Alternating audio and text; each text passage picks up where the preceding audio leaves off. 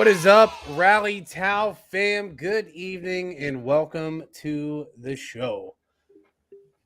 Man, it feels good to be back. Yeah. It feels so good to be back.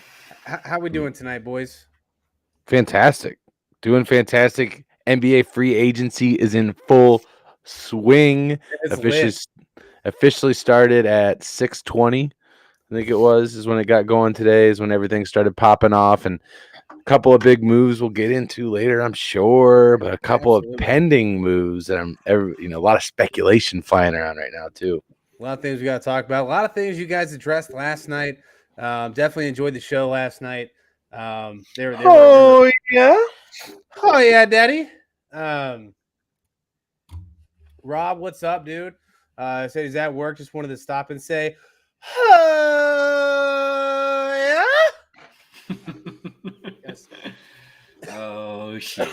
Excuse me. Got to secure the bag there. But no, I feel like it's been a couple weeks since I've been on. I was sick, out of town. It's really nice to be back. So missed you guys. Todd, Corey, how we doing tonight? Oh man, I'm doing well. It was a good stream last night with Aaron and Todd on here. Loved every second of it. Got into a little Deshaun talk, a little Burrow talk, talking some NBA free agency like we're going to be doing tonight. So a lot of fun stuff going on in the world of sports and college football tonight. Going to be talking some college football as well. Absolutely. Rob, we love you too, brother. Big news in college football, boys. Well, let's just lead it off there. I know that we Bruce liking the stream. What's up, Bruce? I know that we had some conversation with it in the group chat, but it may not be public knowledge for all of our viewers. I know we're only 3 minutes in, and we usually like to do a little warm up before we get into the meat and potatoes. My meat and potatoes are warms, boys. Let's rock and roll. Well, let's get it. We got some big news coming from the Big Ten. Todd, fill us in. As of 7:58 p.m. Eastern Standard Time, USC and UCLA are approved to start the 2024 season in the Big Ten. What? That is monstrous. That's huge. Crazy. Huge. It's crazy. Huge. I mean, so I'm gonna take this from a business perspective. The amount of money that is going to come into the Big Ten, because now you are covering 3 time zones, one of them being the late night time zone slot. You're going to get more Saturday primetime games, less noon games, which is huge for Ohio State fans, because if you're in Columbus, every game starts at noon. It's crazy. Every game's at noon. They don't really have to. They had 2 outside of playoff games. They had 2 games after post noon games, and one of them was Indiana on a Saturday night, and they were beating them by 48 going into halftime. And the other one was week 1 against Minnesota. That was it. Those were their only primetime games. Everything else was a 12 o'clock start. And I think you're hitting off on a key point here. And what this really is it's a money grab. It's a TV grab. I don't have a problem with it, but let's just call it a spade, right?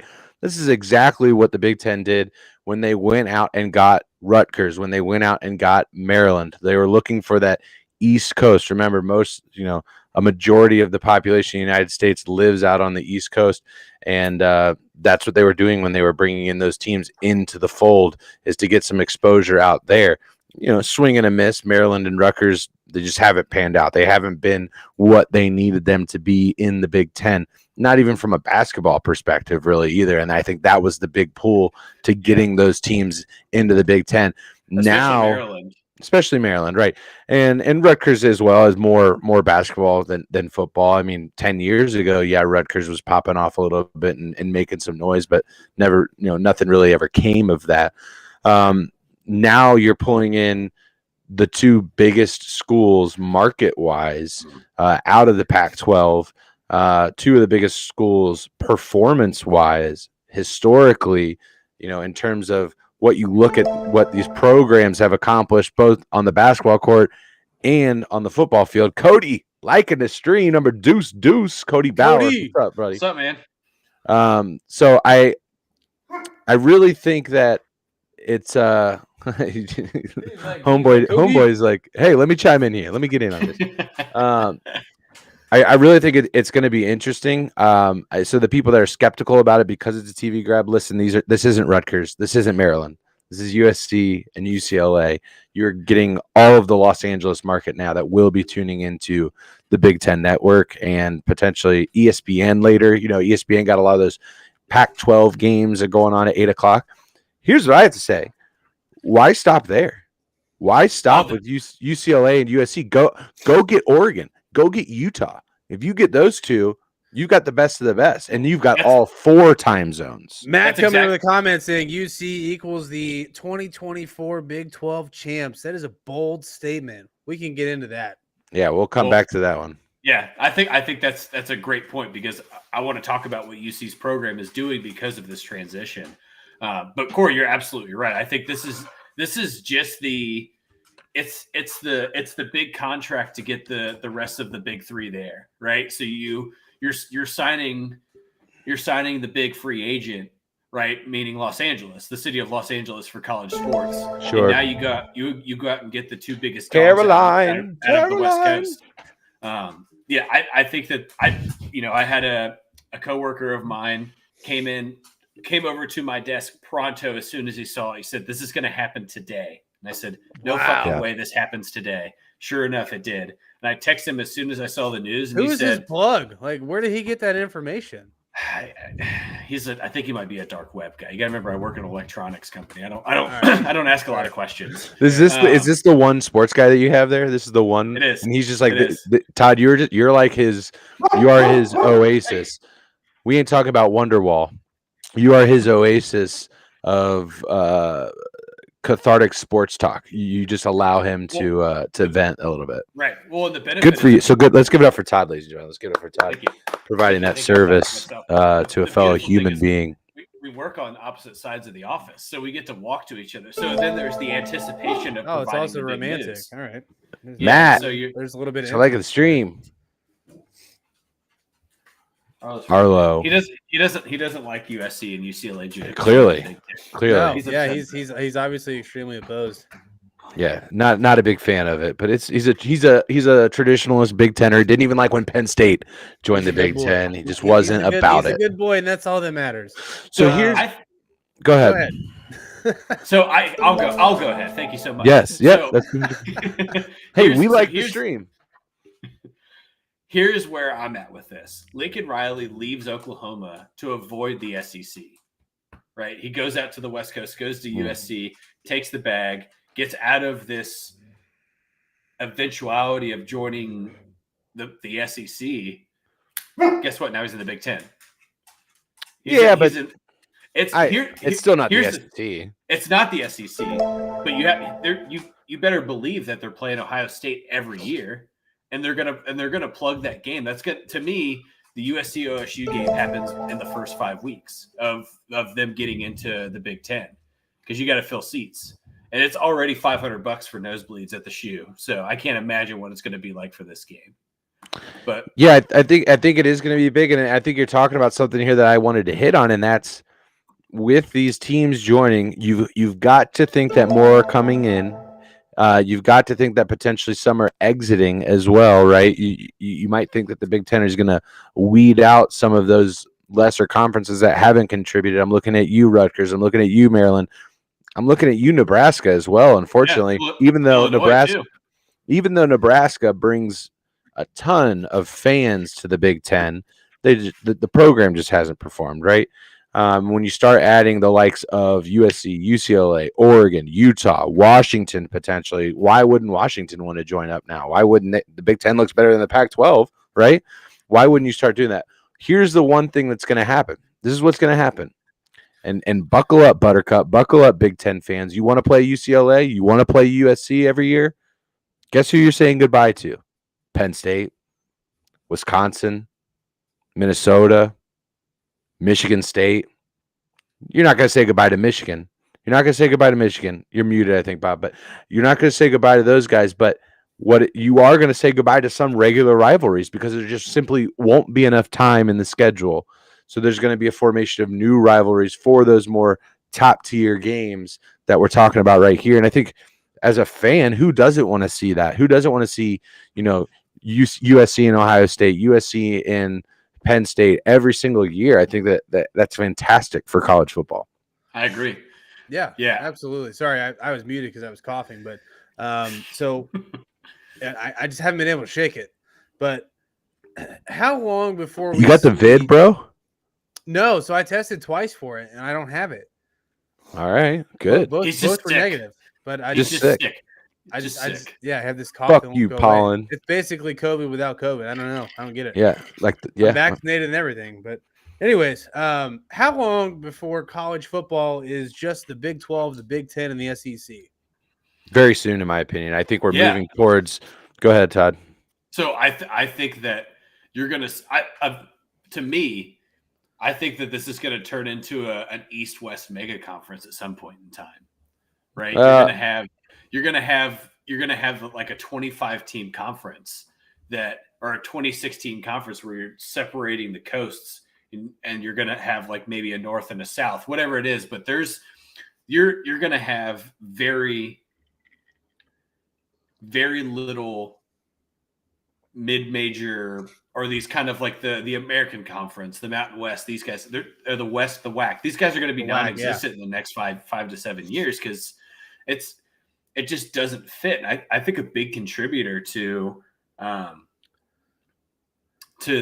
what college football is doing, or what college sports are doing as a whole, is NIL, right? So before, you were making so much money off of the program and the athlete itself, and now the athlete is going out and making that money separately. And it's not going directly to the university. So universities are having to find a way to continue to bring in additional income. And that's kind of where my thought process went with it.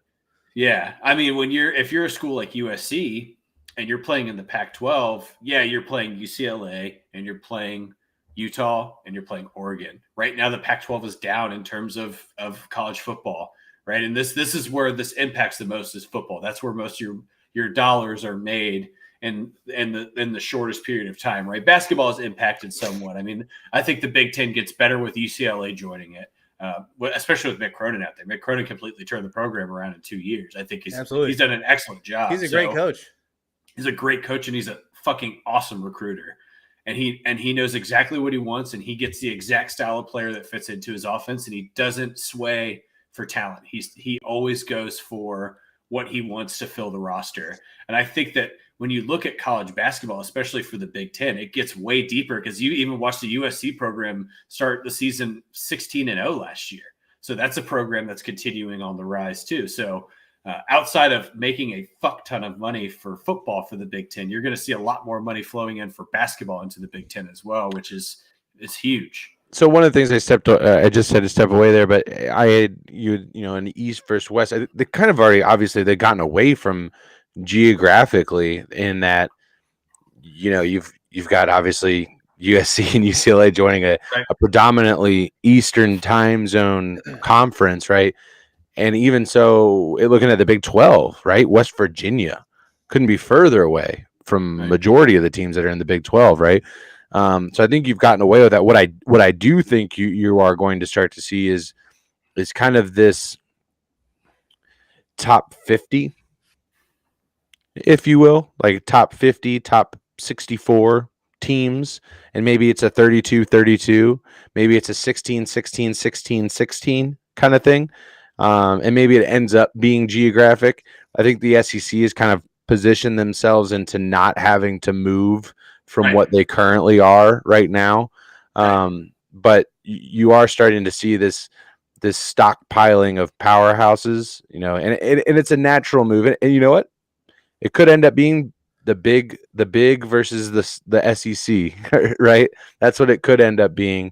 Yeah. As you get these, this looks like the Pac-12 is on its way out. The Big 12 has looked like it's on its way out for a long time. When they lost Texas A&M, when they lost Missouri, when they lost Nebraska, all of these teams that you're moving to other conferences that are more appealing, that have more to offer in terms of lucrative TV deals, better recruiting, better performance in bowls, all these things. Ted, thanks for liking the stream, man. Welcome. Ted, what's up, baby? So Yeah, I don't know. I definitely see that. Oh, with the share doubling up. Damn, Ted. Damn. He always doubles down, baby. He always doubles down. He's an MVP. So yeah, I don't know if it'll be geographic like you suggested, Todd, but you can definitely see this alignment happening. Another interesting point on this is that who is the biggest advocate against, quote, the alliance? Who is the big advocate against that? Was it Ohio State? I think it was. Who is the biggest pool? Who has the most pool in the Big Ten? Give you one guess. Yeah, it's obviously It's Ohio State. Scarlet and Gray. Yeah, you don't think Ohio State had anything to do with getting USC and UCLA into the Big Ten? Then you're just ignorant, stupid, or don't care. One of those. Look at what Brian Hartline has done in the last 10 days for Ohio State's football program. Yeah. Brian Hartline's he's goated. He's brought in unbelievable. He brought in 2 5-stars and a 4-star in 96 hours. And pretty amazing. Look at the talent at the wide receiver position that they're developing for the NFL. You look at a guy like Garrett Wilson, who has the ability to become a superstar in the NFL almost immediately, similar to Jamar Chase. And I think that there's something to that. And if you are a USC and a UCLA, which is trying to rebuild that football program that's kind of been on the up and down really for the last 10, really since Josh Rosen has left. That was the last time that they had a bowl team, a bowl quality team. And you see a guy like Brian Hartline going in and taking all this talent, especially going out to the West Coast and taking these guys. You get a little pissed off, and you realize at a point in time you just have to join forces. I think we're at a position in college sports, and Corey, I brought up NIL being a factor in what's going on here, where you have to align and figure out the way to make the most money possible for the conference, which then spreads out to the universities as a whole. Absolutely. Yeah, I mean, it's going to be insane, I would say over the next, 5 years to see where it all goes. I mean, Ohio State's receivers are probably the best that are coming out in any program in college football. I would argue that 100%. I don't think there's an argument there. There's developments here. In this situation right here, it's things that we've talked to. This is according to Mike Black, college football national editor for Fifth Quarter. Was retweeted by radio personality, a journalist here in Detroit, which gives it some validity to me. This is why I'm putting it out here into the universe right now. Oregon and Washington have applied to join the Big Ten. Holy shit. This is as of about an hour ago. We should have a decision Pac-12 is tonight. basically non-existent at this point. This is, and this is coming from Ross Dellinger, who is a writer for Sports Illustrated. Several schools, most Back of them. off the mic a little bit. Oh, sorry. Several schools, most of them from the Pac-12, have contacted the Big Ten about joining the conference. Sources tell SI Now. The Big Ten, as they did USC and UCLA, will review and study the potential options, but nothing is expected soon/imminent. So initially, it was reported that we could have a decision tonight. Wow. It doesn't look like that's going to happen. Looks like it's going to take a little bit longer. They're going to take their time and review these applications. But if you're the Big Ten, So I mean, it kind of just goes back to the question that I posed a couple of minutes prior. Are we gonna see the other divisions dissolve, and are there just going to be 3 main divisions? And it's honestly looking like that. The Pac-12 is disintegrating as we speak. If I'm Utah, I'm applying as well.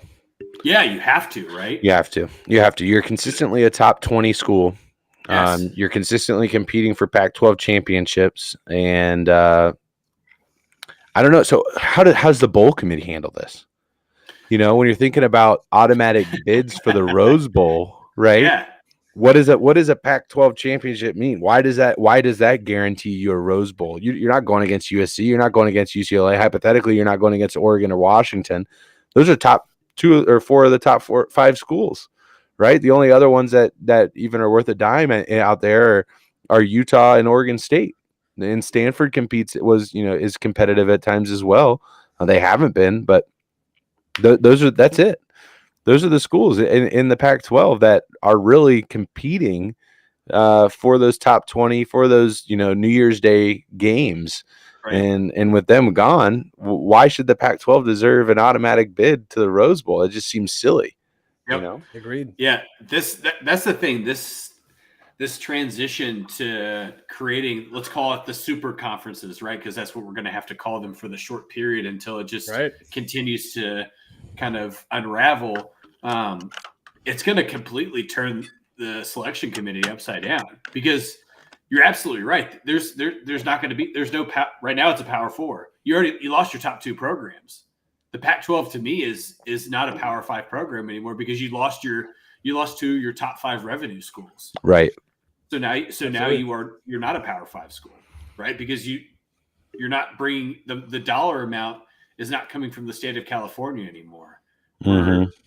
Things are, it costs more to exist and live in this world. So I think that you're going to see going into the season, or maybe not that, we'll say 2024, going into 2024, you're going to see a lot of shifts in what auto selections are, even how they select for bowl games. And I think that this poses the real question: does this make them expand the college football playoffs?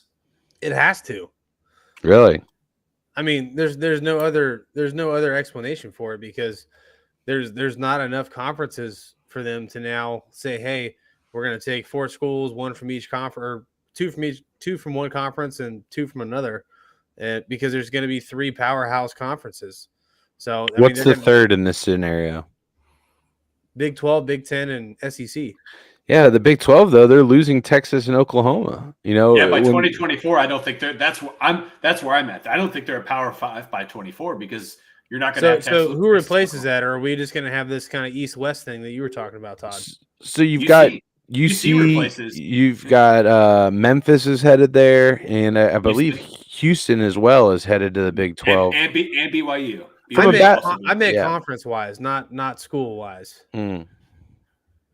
So I don't see 2 powerhouse conferences. I see 2. Or I'm sorry, I don't see 4 powerhouse conferences or 3 powerhouse conferences. I see 2. As the Big 10 and the SEC are going to be the team or the conferences. Josh, liking the stream. Thank you, Josh. What up, Josh? Josh Wheeler in the house. Those are the ones that I see being competing for it all. Obviously, we had UC in the playoffs last year, and all of us were super jacked about that, and we all loved it. But it was clear where the top talent came from, and it was the SEC still. So I just don't see the Pac-12 currently without UCLA and USC, the Big 12 without Oklahoma. Pretty much, I mean, Texas hasn't done much in a little while, without Oklahoma being a playoff team.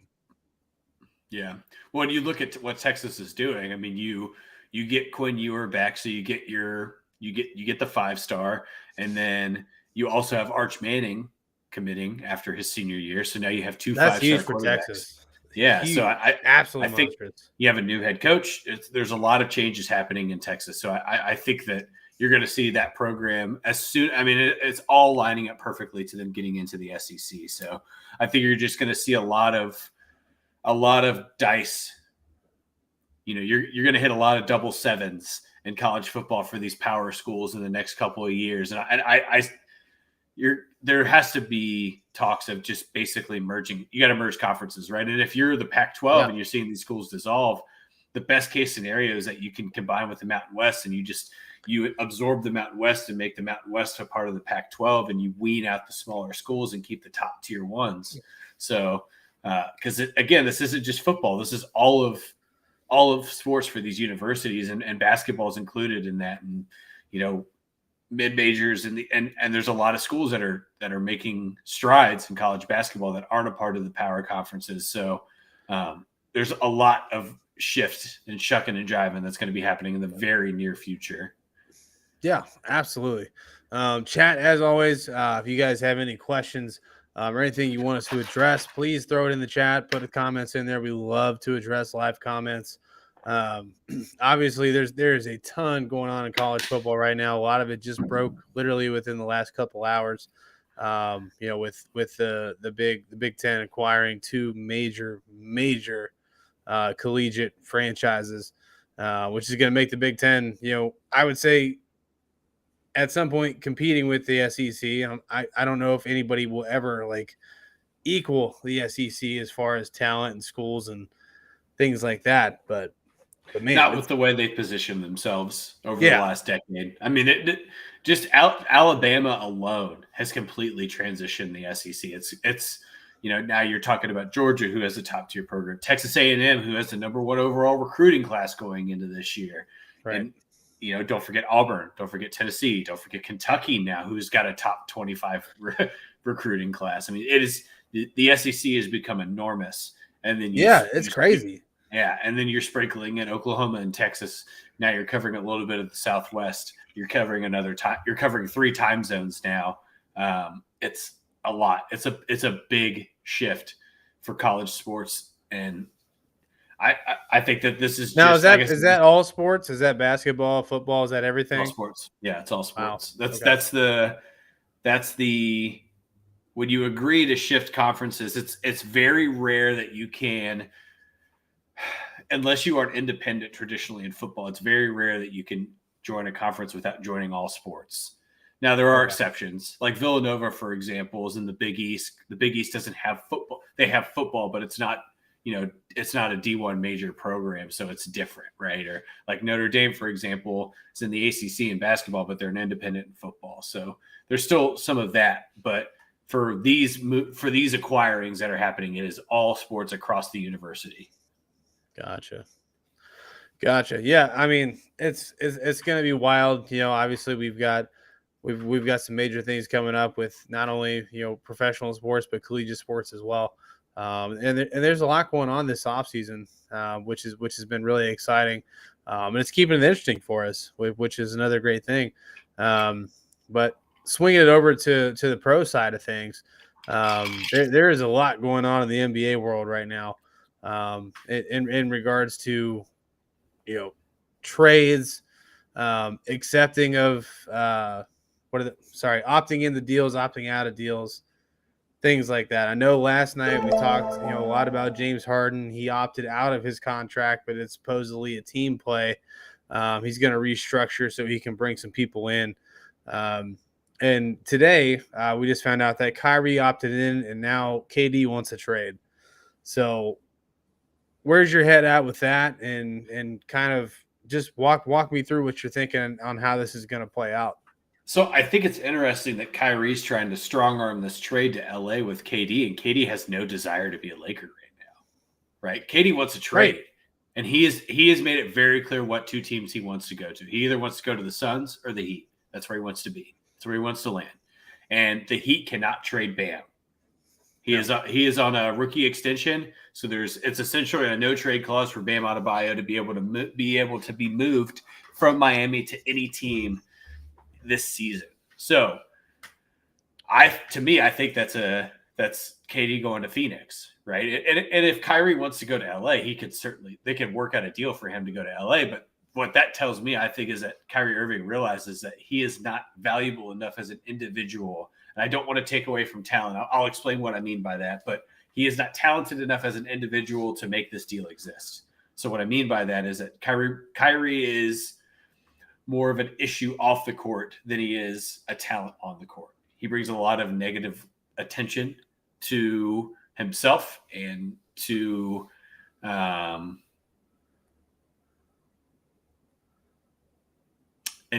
to everybody around him. And I don't know if Kevin Durant wants to continue to play with Kyrie. Right? I think that's the thing that we haven't heard yet, is that he's not agreeing to this super deal that Kyrie's talking about. KD just said he wants out of Brooklyn. That's all he said so far. He doesn't want to come back. He wants to trade. And then he's giving his 2 teams. Yeah, absolutely. I got a comment coming in here. If the Lakers get Kyrie and KD, I'm going to lose my shit. These players have too much power. In today's NBA or just professional free agency across all sports, players do have a lot more say in where they go, because at this point in their careers, KD and Kyrie, they've made more than enough money that it doesn't matter if they play another possession or if they hang it up. It's It's about where they want to be and not the money at this point. I know Absolutely. a lot of people would argue that Kyrie is, he's taking a lot of his contracts based off of the financials, which I would also agree with. I think Kyrie is he's a very fiscally responsible human being as an individual. But when it comes to team play, I think there's some things to be in question. But if I think Todd said it right. I don't think Kevin Durant wants to play with Kyrie Irving. You saw last year their games don't mesh. They both need to have the ball a lot to get in their groove and to be successful. And I think that's why I think that's why Kyrie and LeBron worked well. Because I don't think that LeBron needs to have the ball every possession. I think In LeBron's order to be game changed effective. a lot when Yeah, Kyrie came on. it He's did. that It honestly did. yeah, he became more of a distributor. Because when you look Right. at those Cavs teams that were going to the finals without Kyrie, I mean, LeBron had the ball like 80% of the time. You know what I mean? Right. The Yeah. offense ran through him in a different way, in a scoring fashion. Whereas when they had Kyrie, LeBron was distributing. He was making plays for other people, right? Getting them the ability to score. And I would argue that that's the best version of LeBron that we've seen, because if you've seen LeBron play in person, because it doesn't quite show up on, like, when you're watching it on TV. That man has the most unbelievable court vision that I've ever seen in my life. I've watched him play 3 or 4 times. Most of the time he's playing Indy, because that's the closest place It's to a here quick that has trip. an NBA team. But the man just sees the game in a completely different way than the rest of us. And he makes passes that you just don't see until he makes them, and you're just like, holy shit. So did Like, we address this comment from Untamed Music yet? yes, We did. Yeah, that's what we're yeah, talking about right now. we're Okay, kinda sorry. getting Yeah. into it. No, Yeah, I that's appreciate you dropping by, man. Drop a subscribe. We appreciate it. Listen, I mean, I had to step away there, do some daddy duties. Oh, all good. Girls running wild over in here. But We assumed as much. yeah, I figured. Honestly, I don't know that I feel like the players have too much power. I typically side on the same side of the players. I know it sucks for fans. Like if you're a Nets fan and you're seeing this happen and you're just like watching your team dissolve and right in front of your eyes after they've just given up so much to get these guys that you thought was going to Right. make you a powerhouse in the East Coast. I mean, without the players, we have nothing. It's a different era. The NBA is a league that does things so differently in that the players do have a lot of control over their destiny, which is great for the players, but it also rewards teams for signing their own players. Aaron talked about this yesterday, just with the cap forgiveness that they give to, re-signing, the players that they've drafted and things like that. Re-signing players is incentivized for franchises to do that. And, it's a double-edged sword. I would hate to see it where it was the other way around. I would hate to see an amazing player be trapped in a shitty situation. You know what I mean? I think of Bradley, like Joey Votto. Yeah, like Joey Votto, exactly. Yeah. I think of Bradley Beal as a perfect example, but this motherfucker goes out and re-signs with the fucking Wizards again. I'm over here begging him. He basically just said, you know what, fuck it, I'm gonna get the bag. And I'm never going to win a championship, but I'm going to get the bag. I don't blame him. That's basically what his decision told me. So the Wizards GM after the signing has come out and said that this is not the end for them. This was the initiation for them to try to make some additional moves because they have so much space. Because they've relieved a couple of contracts over the last 3 years that they have the room to be able to, this is similar for any professional sport. Bradley Beal's contract is very back end loaded if you look at it. So I think you're going to see Washington try to go out and make a 1-year move. I personally think that I could see them going after, somebody like a Zach LaVine for a 2 or 3 year deal to try to get to resign with the Bulls. Right. Well, Bradley Beal was not expected to re-sign with the Wizards, so who knows That's what's going true. to happen. There was Fair. zero speculation that he was going to re-sign. It was basically set in stone that he was going to end up in a Bucks uniform. That was everything that I read up until 6:00. And then at 6:01, the dude signs a 5-year Supermax contract. You're like, what the fuck? What happened? So I think that this is just the beginning for Washington too. I think that they have the room. They have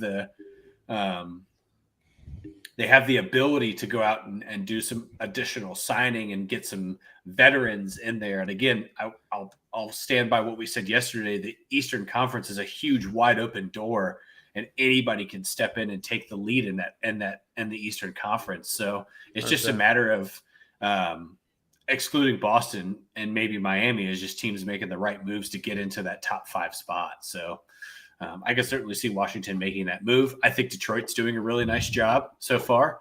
They signed Marvin Bagley, which you think about that as a move for Detroit, where maybe it seems kind of silly for the money that they've given him because he hasn't really proven himself at the NBA level. But you got to remember that he hasn't really been on very good teams either in his professional career. So I'll give you a couple of years of Marvin Bagley, what his time with the Kings has been like. I'll give you the last 4 years of Sacramento Kings records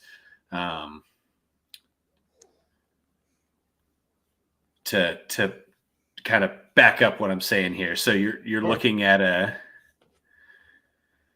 let's start 2018.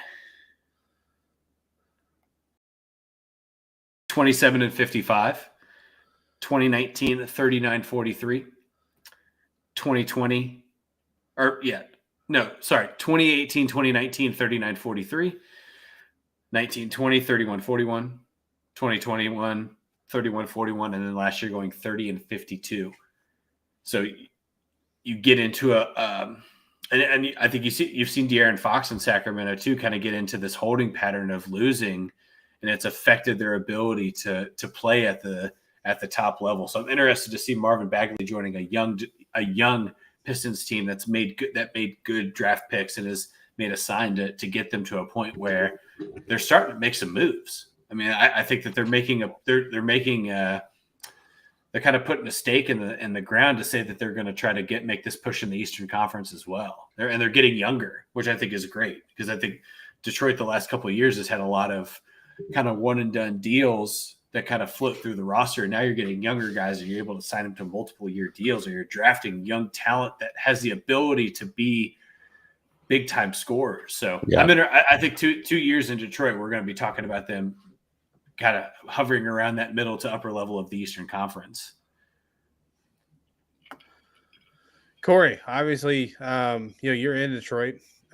What do you think about Todd's comments on the Pistons and what they're going to look like over the next couple of years?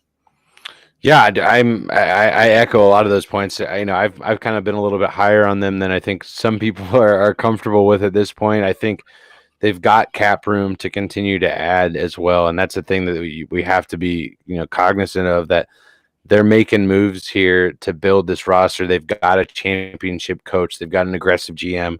They've got a young core that is unproven at this time, but a young core that you can build around. I'm talking about, was it Duran? Is that his name? I keep forgetting, the center out of Memphis. Jalen Duran. Yeah, Jalen Duran. They've got Jaden Ivey, and they've got Cade Cunningham in there, and now they're starting to add some veteran pieces. Cunningham can blow up into a superstar. Jaden Ivey could blow up into a superstar as well. Duran's 18 years old. The ceiling is so high for that kid. It's insane.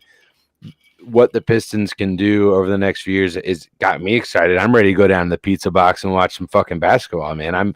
I'm ready to go to a Pistons game and just watch these dudes ball out. It's gonna be so much fun. Think about this. You're gonna get the Cavs and the Pistons on a regular basis. That is gonna be such good basketball. It's gonna be such good basketball. I mean, you got two well-coached defensive teams that can light it up.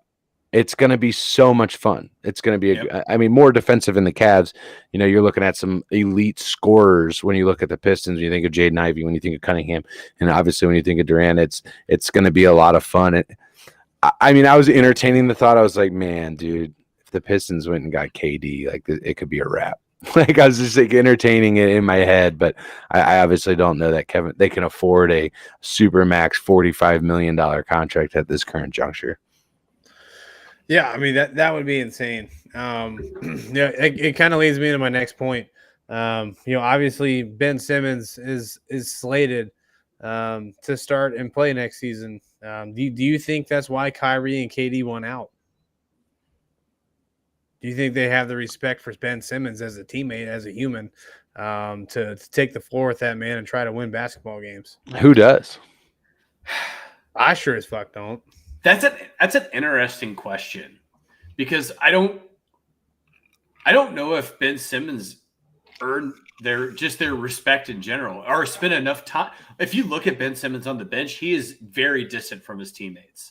Absolutely. When you watched him in that time in Brooklyn when he was out, which was the whole fucking year, but he was not in the trenches with those guys. That dude was sitting in his lambskin suit at the end of the fucking bench collecting a paycheck. And I hate that. That's one of the things that makes me strongly dislike Ben Simmons, is that I think that he is one of the most selfish professional athletes that play professional sports in the United States.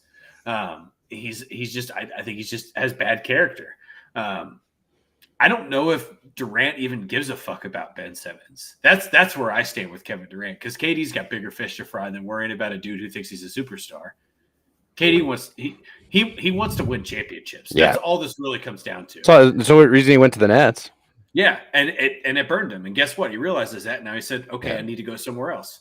That's exactly why he went from OKC to Golden State. And he's very transparent about when he makes these moves that he is going to win championships. Yeah. He is not going to a team to score 40 points a night. He is going to a team to join people that are going to help him win. There is nothing wrong with a professional athlete saying that I can't do it by myself and I need to have a couple of guys around me to score, right? And people give KD a lot of shit, call him a ring chaser, whatever. The dude has done exactly what he set out to do in the NBA. He's won MVPs. He's won finals MVPs. He's an all-star year in and year out. We'll be talking about Kevin Durant for the next 75 years of basketball. And this next move for him is just to try to get more rings. It's trying to pad the stats to get into the Hall of Fame, which he's already pretty much solidified himself. So I say fucking do it. And again, I think that he just doesn't care about Ben Simmons. I don't care. I don't think the NBA cares about Ben Simmons right now. What does he care about? Sorry, I got 1,400 things going on over here. My bad, guys. But I mean, I don't know about Ben. I think he likes basketball. I think he's got a lot of pressure on him.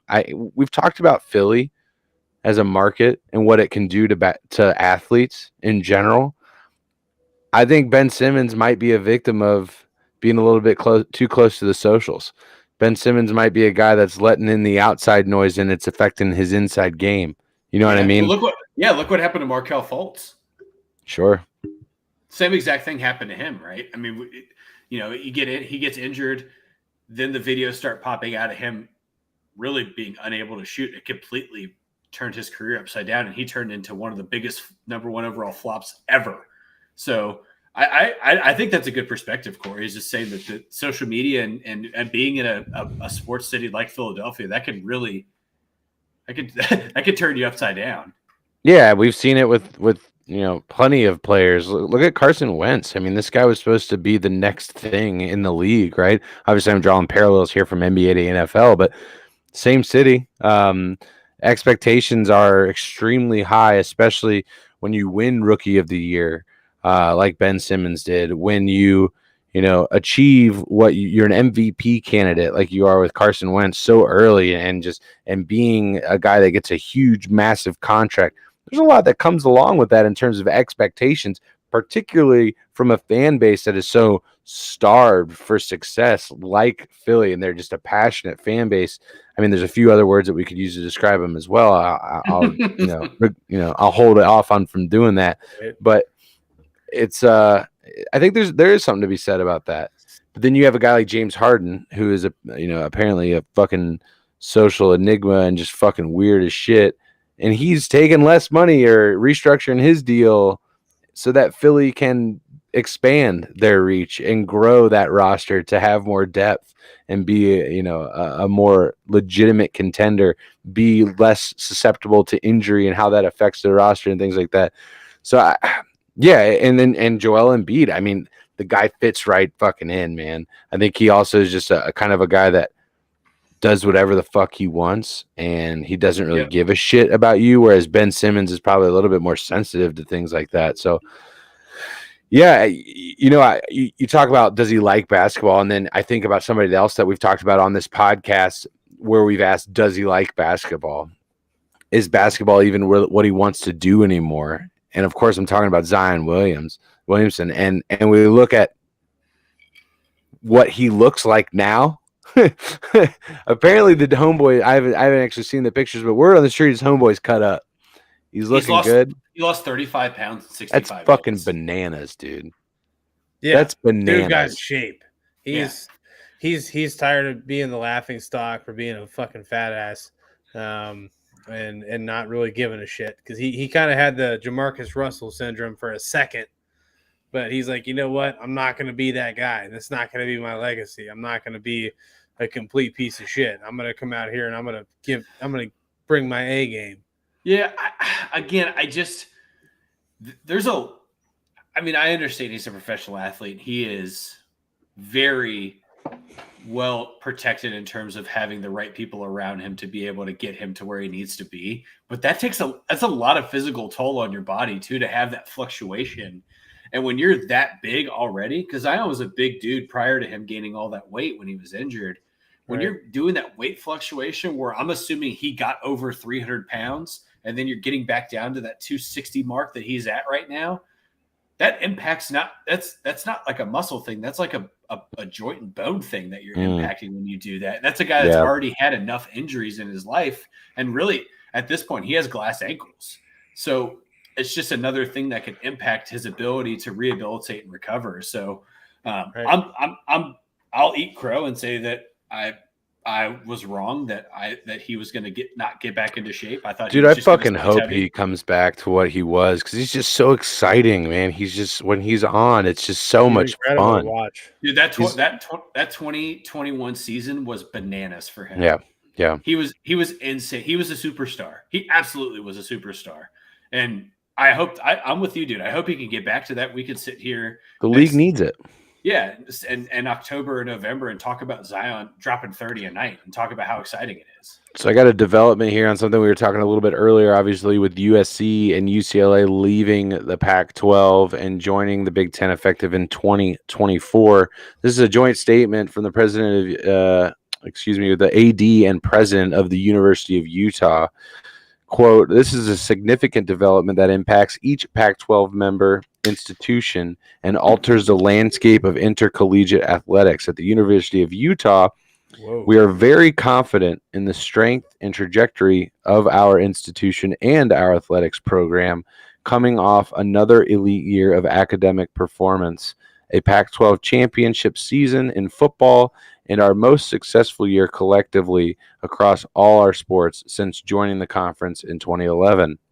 We have been in frequent communication with one another since the information came to light, and we will continue to stay close communication with conference leadership and our fellow conference members as developments unfold. No commitment to the Pac-12, no commitment to the Big Ten.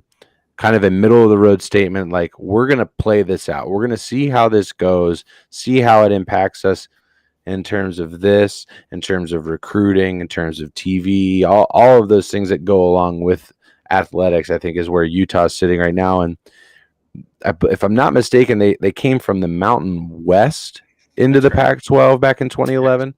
And ever since, and that was off the heels of the undefeated season, about 5 years prior, that Urban Meyer had brought to that program with Alex Smith. And so interesting, to say the least, an interesting situation that Utah has put themselves in only by credit to their own ability to perform as an athletic institution is pretty amazing when you think about it. I mean, look, what are we, 12 years removed now, going into this season practically, that they moved into, 11 years removed that they moved into a Power 5 conference, and now they could be moving into one of the top 2 conferences in college sports.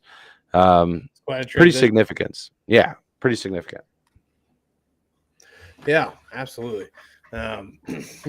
We've talked pretty much the whole night regarding college football about there being 3 dominant conferences that are going to overtake the college football playoff within the next half decade, and it's honestly amazing. We haven't really seen this kind of transition, this major transition in college sports in our lifetime. Yeah. It's been pretty, par for the course, stagnant throughout the times that we've been fans of college football and watching college football, or just collegiate sports in general. But over the last 5, I would say maybe decade, we've seen the introduction of the college football playoff. We're having smaller schools join bigger conferences. Now we're having schools that are in big conferences join bigger conferences, and it's getting kind of crazy. Yeah, it's gonna be wild, man. And I think honestly, what we're looking at here, and we'll get back to NBA free agency here in just a minute, guys. Drop your comments in the chat. Let us know what you're thinking in terms of either this conference shift or NBA free agency. And if you're not doing so already, drop a follow, share the video. Let's get your friends in here and have a good all night. We're all sipping on bourbon. Bobby's got a little vodka, so we got the good stuff going on tonight. I got Woodford. Todd's got Elijah Craig. Bobby, what are you sipping on over there again? A little Belvedere. There we go. So it's going to be interesting, and really what I think we're coming up to here. Hot take. Wait, let me get my horn going here. Hot take alert, ladies and gentlemen. We're looking at the disbandment of the NCAA here in the next 10 years. The NCAA will not exist within the next 10 years. That is my bold prediction. Would you like the why, gentlemen? Would you like the why? I also want to know, what is it going to look like if there is no NCAA? I think we're going to find out what Corey thinks. What's going to happen is this is going to be run by the conferences. The conferences currently, in my opinion, hold most of the power, particularly when you look at the SEC and when you look at the Big Ten. Those are the teams that drive in the revenue every year for the NCAA. And at this point, there's already been threats from conferences like the SEC to where if the NCAA doesn't let them do what they want to do, they just said, all right, we'll leave the NCAA. We'll go do our own thing. Look at every sport, man. Look at every single sport, whether it's swimming, whether it's tennis, whether it's soccer, whether it's baseball, shout out Ole Miss, whether it's football, whether it's basketball. There's one conference that wins more championships than any other one. Every year in collegiate sports, there's one conference that wins the most championships. It's not the Pac-12. It's not the Big Ten. It's the SEC. Every single year. And I sound like a biased Gator fan, and I get that. I get that I am biased because I'm a fan of one of those SEC teams. But it's a statistical fact, ladies and gentlemen. The SEC doesn't need the NCAA. No, they don't. And what's to say that once the Big Ten gather all of these teams, and what's to say that the SEC gathers all of these teams, they just say, let's join together. SEC, Big Ten, we're going to make one super group, and we're going to make our own schedules. We're going to have our own tournament. We're going to do our own thing. We don't need the NCAA. We don't need their money. They're for damn sure we don't need their money. We can do this all on our own. I honestly think that would be great for college sports, because the NCAA, yes, they're terrible. They're useless. What do they do? What do they do that helps college football? Nothing. Not a goddamn nothing. thing. It's all on the schools, the programs, the conferences. It's all on all of those own entities to develop and be what they are. The NCAA is just a governing body. That's all they are. And we're at a point now, we don't need a governing body. College sports, right? We don't need that. Yeah. We don't need it. It doesn't do anything. The SEC can govern itself. It can the SEC would benefit from governing itself because it doesn't want just no rules. It doesn't want people doing whatever the fuck they want and having 34-year-old semi-pro players coming out on the field. The SEC can develop their own rules. The Big Ten can govern themselves. They can agree on one governance as well for the success of a farm system for professional sports. And honestly, that's where I see this going. It's not going to be tied to colleges anymore. This is going to be a semi-pro league that feeds into professional sports, and it's only going to be good. Well, I think that's an interesting perspective, and I think a part of that makes that come to fruition is that athletes. God, that bourbon's good. 18 years old are already getting paid, right? Look at the quarterback from Miami, dude. This kid is making more money than Deebo Samuel. He's making more money than Jamar Chase. He's making more money than da-da. I can continue to rattle down this list. $9.3 million to play at the University of Miami next year. He's 18. Real. How many snaps has he taken in college football?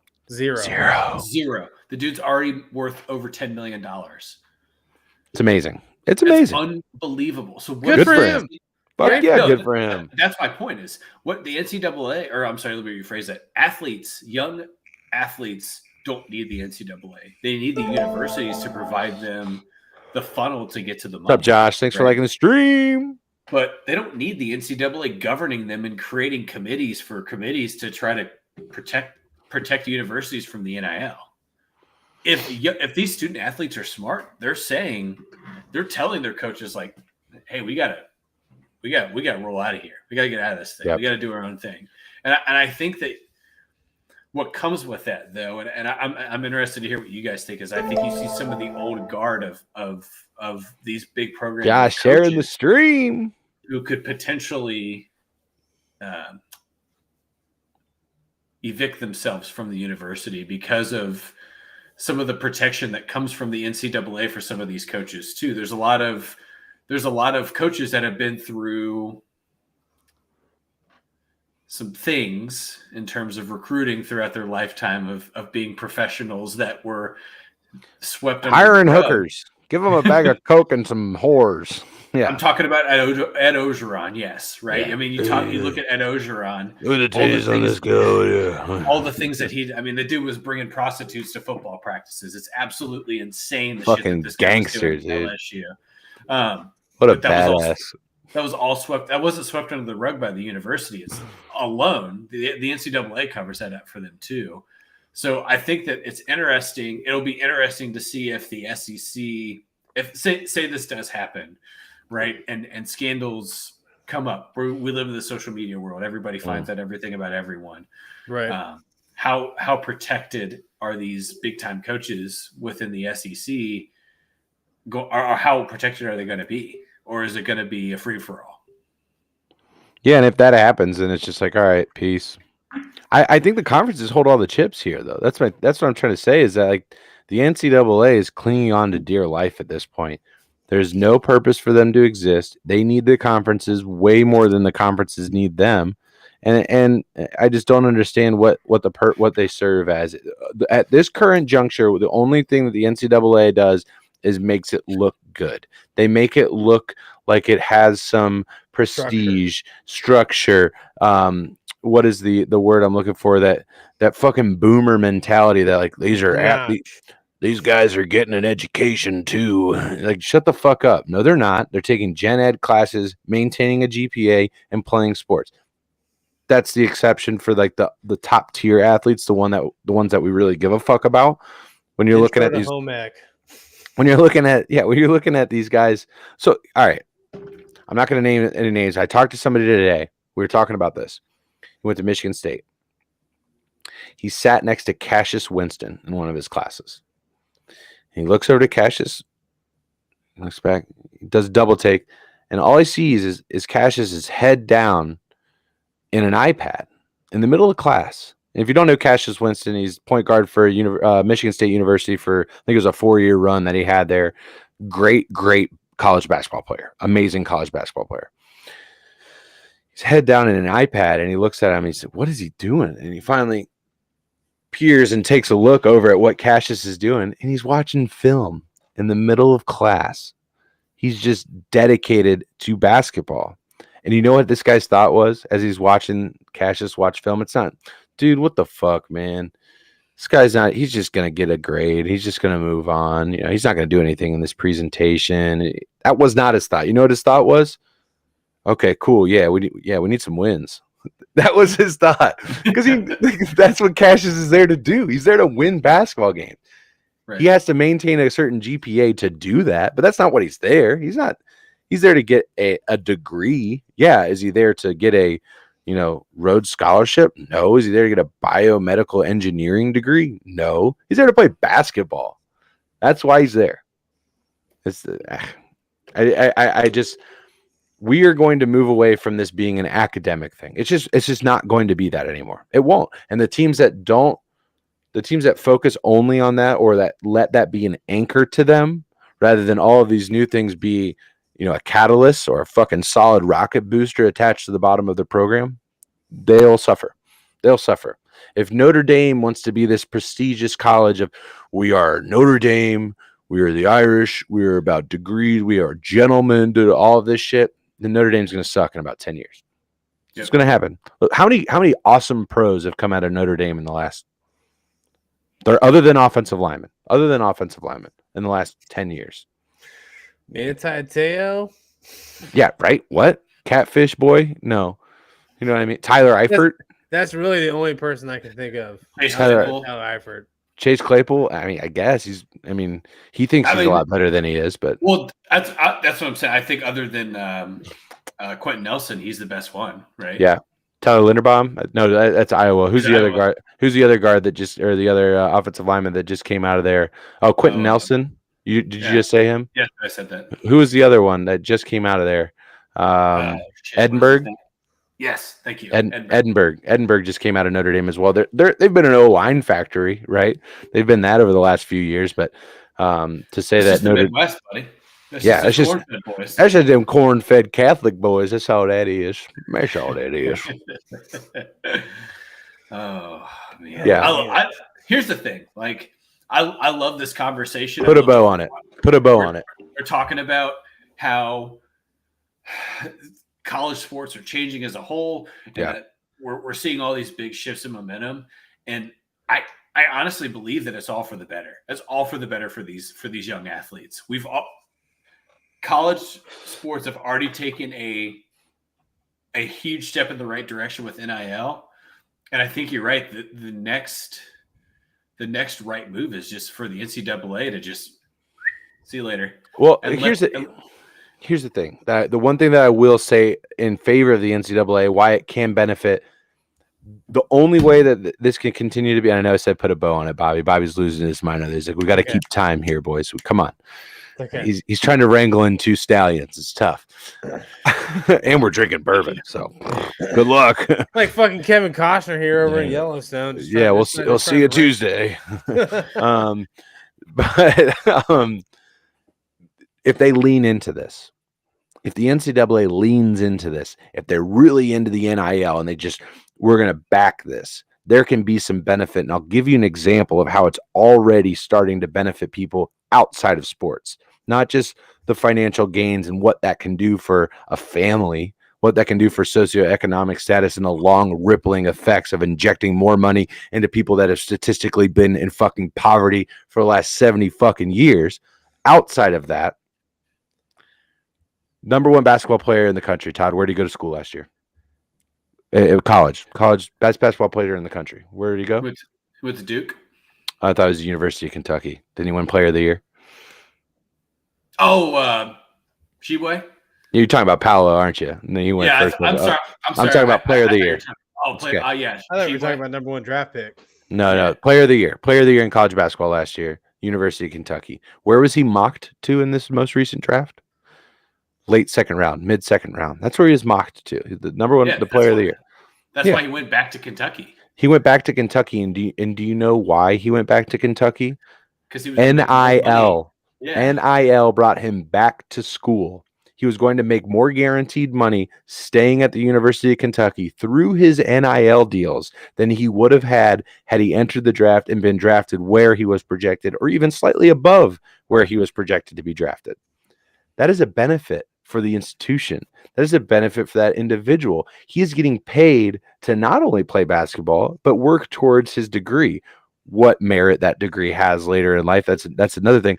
But to have that ability to generate that income, to build something and get his degree, that's massive. That is Yeah, massive. Those and you're also communication degrees go so far. well, you're talking about an athlete that came from the Republic of Congo, where most of Yeah. his family still is. Went to West Virginia, or I'm sorry, came to the United States to play prep basketball for 5 years. Right, so from the age of 14 to 18, he was away from his family in the United States. The most integral years of your development to play basketball. Goes to West Virginia to play for Bob Huggins. Doesn't agree with Bob Huggins. Goes to play for Kentucky, wins Wooden Player of the Year, makes $2.3 million as a college basketball player, declares for the draft, gets mocked at number 52 overall pick. There's 55 picks.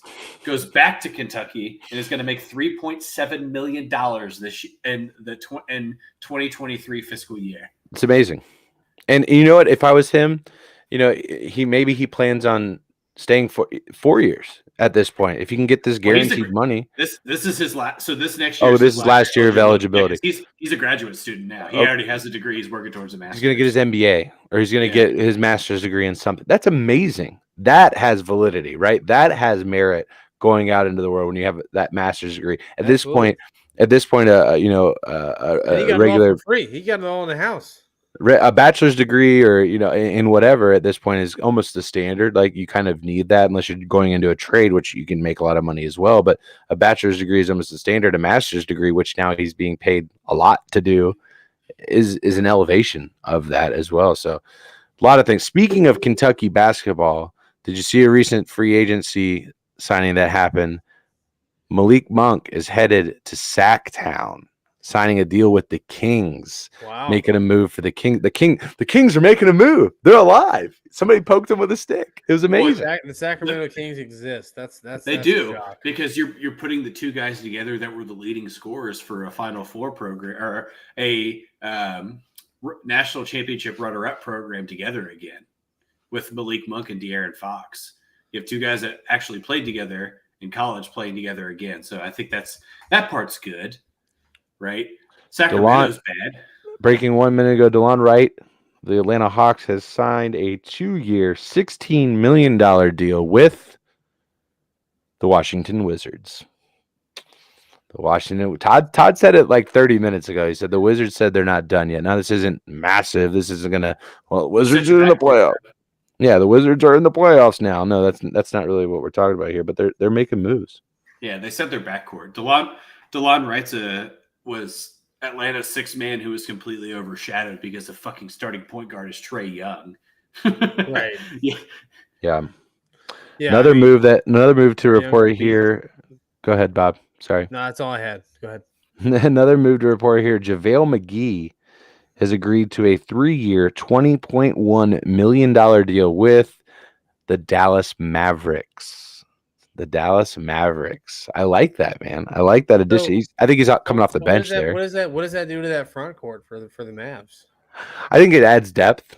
I think that's what that is. JaVale McGee, I don't think anybody's trotting them out there as their starting five. I don't think that's really where he is. You saw his effectiveness, though, coming off the bench for the Warriors and being that guy that can add some height, add some fierceness down there in the paint, and give you that bump off the bench from the interior, when typically what that had meant from the Warriors in the past is when they rotate to that second depth, the Warriors are playing small, right? The Warriors are playing at a disadvantage in terms of height. When they brought in JaVale McGee, it was a guy that could clearly be physical down there in the paint.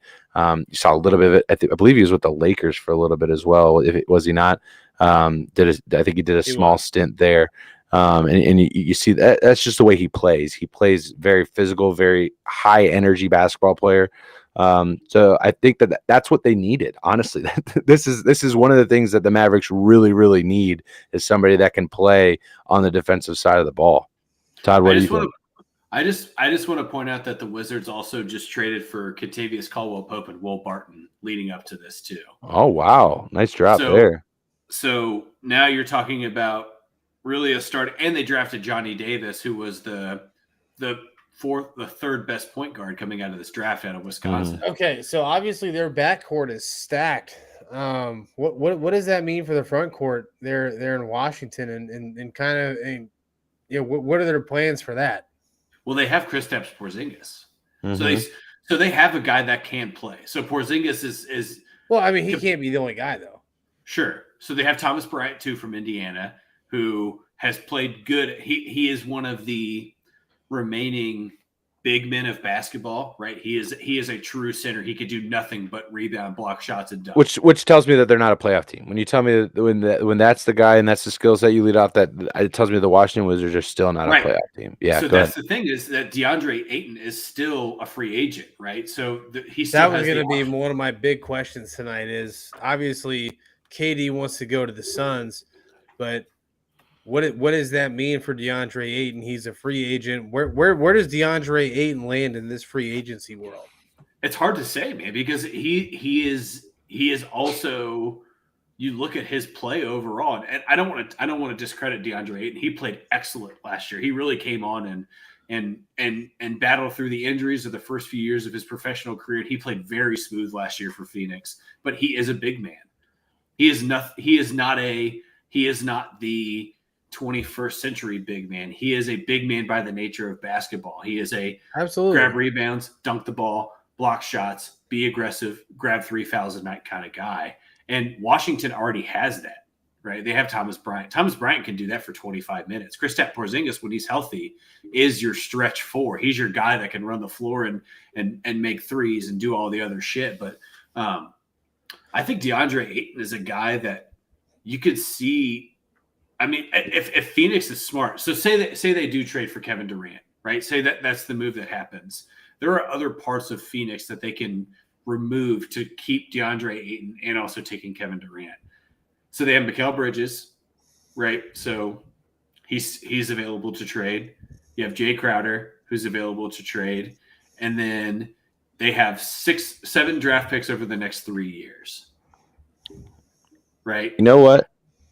I'm looking at Ayton right now, and let me just give you some of his career highlights real quick as you're going through this, Todd. And I think you're gonna think. I hope you recall somebody that you talked about last night when I read this. Total rebounds, he's averaging 10.5 a game. Points, he's averaging 6.3 a game. He's averaging a block a game. In terms of production, yeah, it's Rudy Gobert.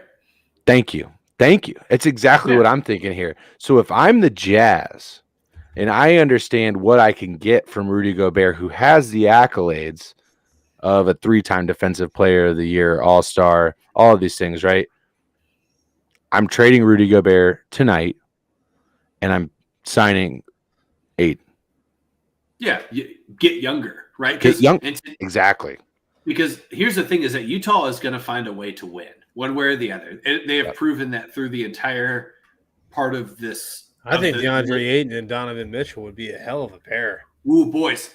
Big news just happened. Just dropped right now from Let's hear it. Jalen Brunson, 4 years, $104 million with the Knicks. Yeah. It is I mean, we knew he was going there. Yeah. Yeah. So that is coming off of a 5-year, $109 million offer from the Mavericks. He flew from Dallas to New York City to meet with the Knicks. He is officially joining his father in New York City to play at Madison Square Garden. That is big. That's big for the Knicks. Yeah. Maybe not. I mean, or his career dies in New York. We'll find out. Yeah, one way or the other. We've seen both sides of it. But yeah, I think that Utah's in a point now where they have to get younger to get better, right? Yeah.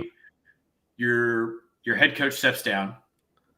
You sign a new AGM, David Fizdale. You think whatever you want to think about him. I personally think that he hasn't proven himself as a great head coach. What did I say to you guys last night when I sent you that screenshot that Fizdale is going to be the AGM of the Utah Jazz? What was the next thing I said? Just gave it an eye roll, didn't you? I just get K. Yeah, K. So K.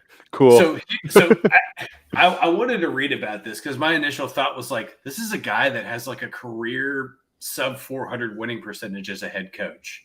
So everything I read about David Fizdale is that he is excellent at connecting with his players. That is his strong suit.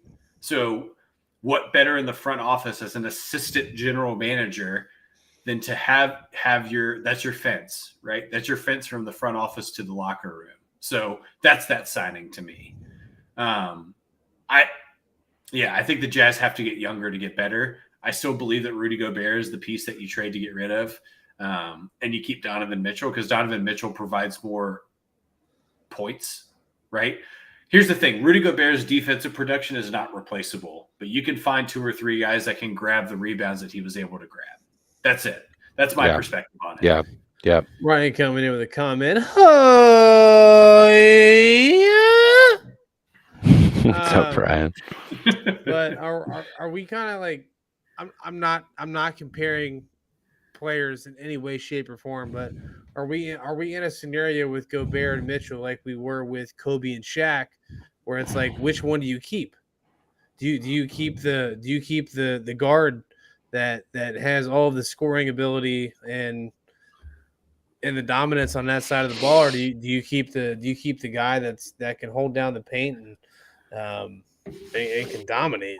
You know, I'm no way in shape or form comparing Donovan Mitchell and Gobert to Kobe and Shaq. No, right? Fair. Yeah, no, but the paradigm is similar in that there's a rift between your big man and your lead scorer, Right? And which one's more valuable to the franchise?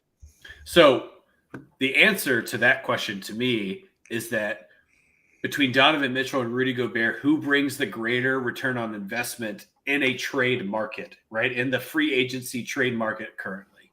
Mm-hmm. Rudy Gobert does. Right? Because there are a lot of guards that are of similar level and younger, right? Maybe not better, but younger, that do the same thing that Donovan Mitchell does.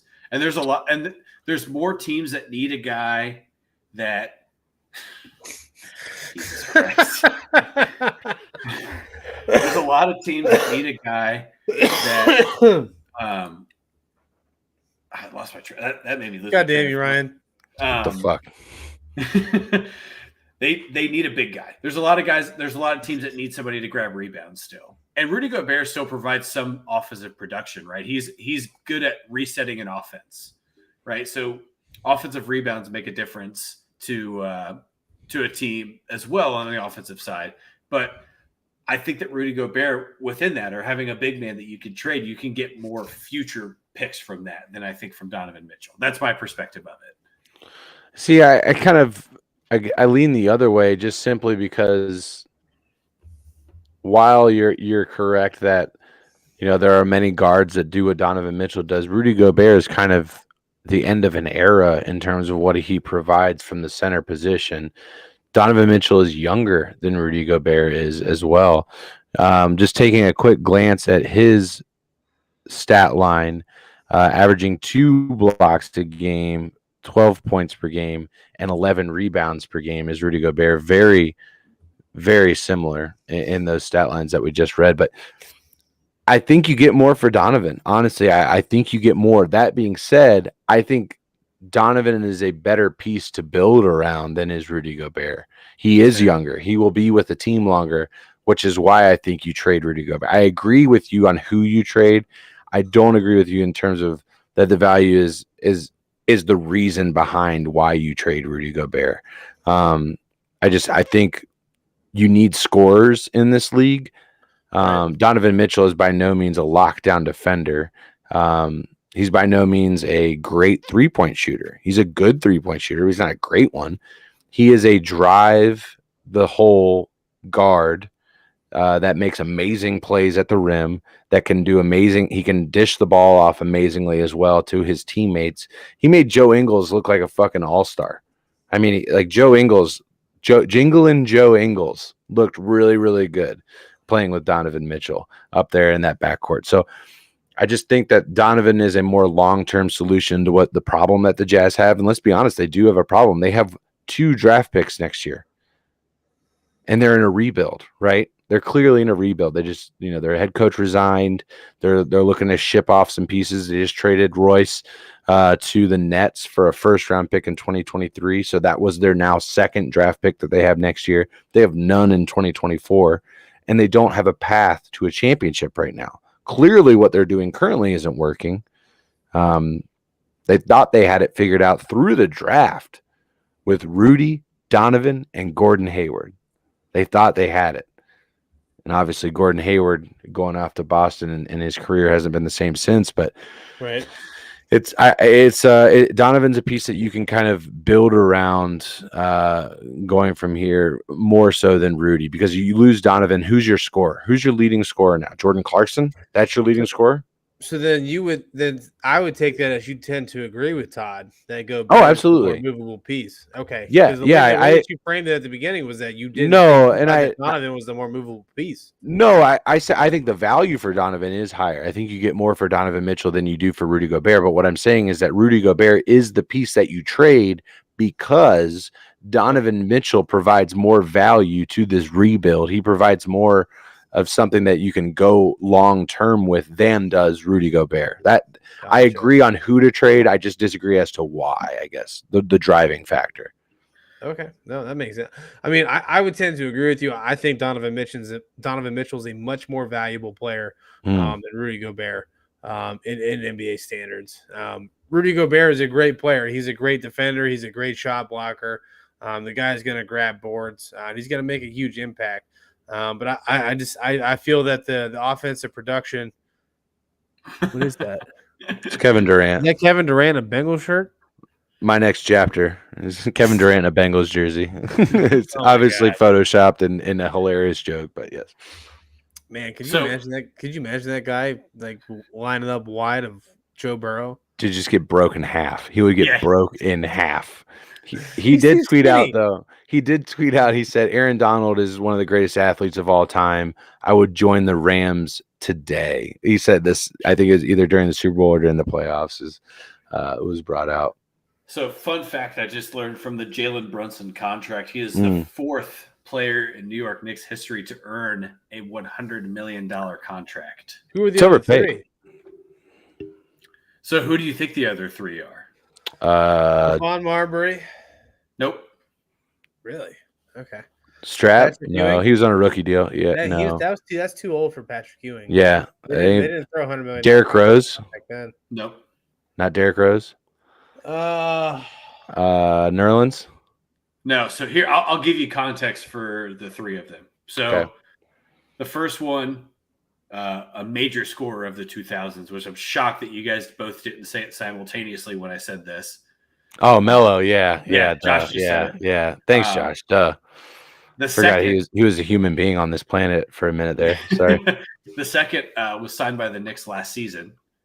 And then the third is probably one of the best Knicks of all time that played in the 90s and early to mid 2000s. Fuck. Stoudemire? No. Great guess, though. Signed by him last year. Yeah, former Kentucky Wildcat. Oh, no, never mind. Different guy. When did he play at Kentucky? Late 2010s. Played with the Lake Show as well. Where was he drafted? Josh He was guessed drafted Allen by the Houston Lakers. for the other Nick. Yeah, he's correct. It's Allen Houston's the third one. Wow. So drafted by the Lakers, then played for the Pelicans. Impressive your knowledge of the New York Knicks, Josh. It's impressive. Yeah. So he drafted by the Lakers, played for the Pelicans. And then signed by the Knicks in 2019. I apologize. Drafted by the Lakers. I thought his guess. D? Is it D? No. Russell didn't play for the Wildcats. He's a Buckeye. Yeah. Fuck, man. I keep Malik Monk just keeps popping into my head. That's the only. I know that's the only guy that keeps popping into my head. Julius Randle. Okay, yeah, Big Jules. Okay, cool. That's awesome. I love Julius Randle. I mean that tastes like vomit coming out of my mouth, but I'm such a player fan in basketball. You know what I mean? Yeah, I think that he is. Josh had all three of them. Carmelo, Allen. Everybody, let's give it up for Josh Lehman coming here with a fucking hat trick on Rally Top Sports tonight. Low key, Josh guesses most of my "Who the fuck is that?" too pretty accurately. So, who the fuck is that? Who the fuck is that? Who the fuck is that? No, what's coming into my head right now is the Saturday Night Live bit with Kenan Thompson. He's like, "What's up with that? You Oh got yeah, Jason Sudeikis in the Jason background Sudeikis doing doing this. the dance. Who the fuck is that? Who the fuck is that? Who the fuck is that? Dude, we need to get John. We need to get John on it right now, developing like a little 70s keyboard riff to who the fuck is that? I Who the love it. fuck is that? And we can drop it right before every time we play, or who the fuck it is. I got to get the name right first. Who it is? Who the fuck it is? Yeah. All right. I love it. I love it. What other free agents? What are we missing? What are we missing in terms of free agency? We've talked KD. We've talked Kyrie. Talked Bradley Beal, Malik Monk. We talked James Harden last night. Talked James Harden last night and what he's done. Ben Simmons. Who the big? I mean the biggest thing that's pending right now is going to be KD. That's just what that's going to be the biggest splash in free agency. Does he go back to the Warriors? I mean, Zach LaVine is still another semi big name in free agency we haven't really discussed.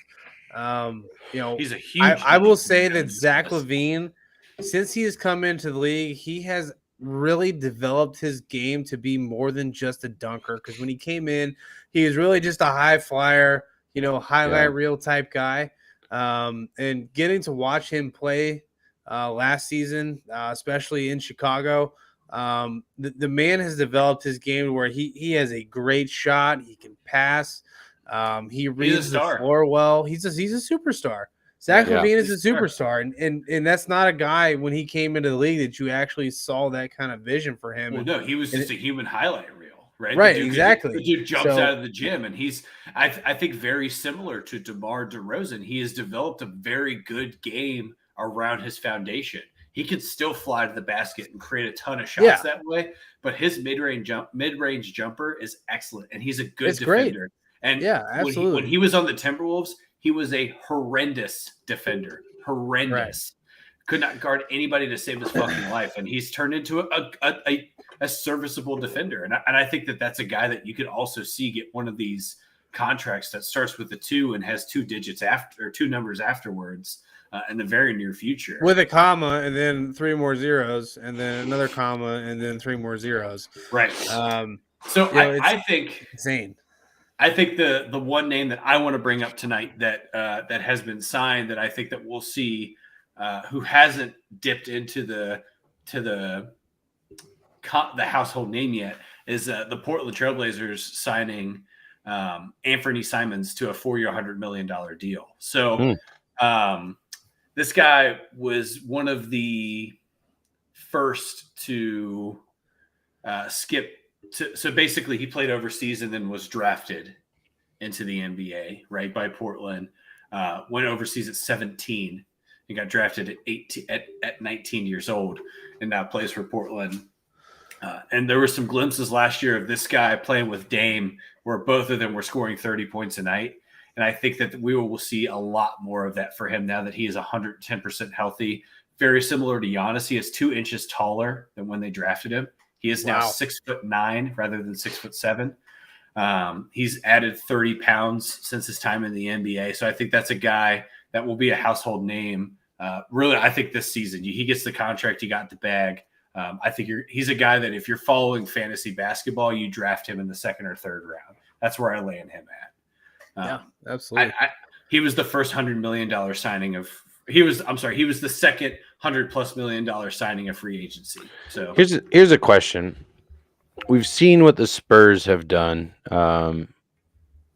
with recent moves, acquiring, I believe it was 3 first-round draft picks from the Hawks, if I'm not mistaken, and Danilo Gallinari. And Danilo Gallinari. The Spurs are entering a rebuild that they've been in for the last 2 years, 3 years. Does he have the legs for that? Does he move more into like a Pat Riley situation where he's moved into the front office of the organization?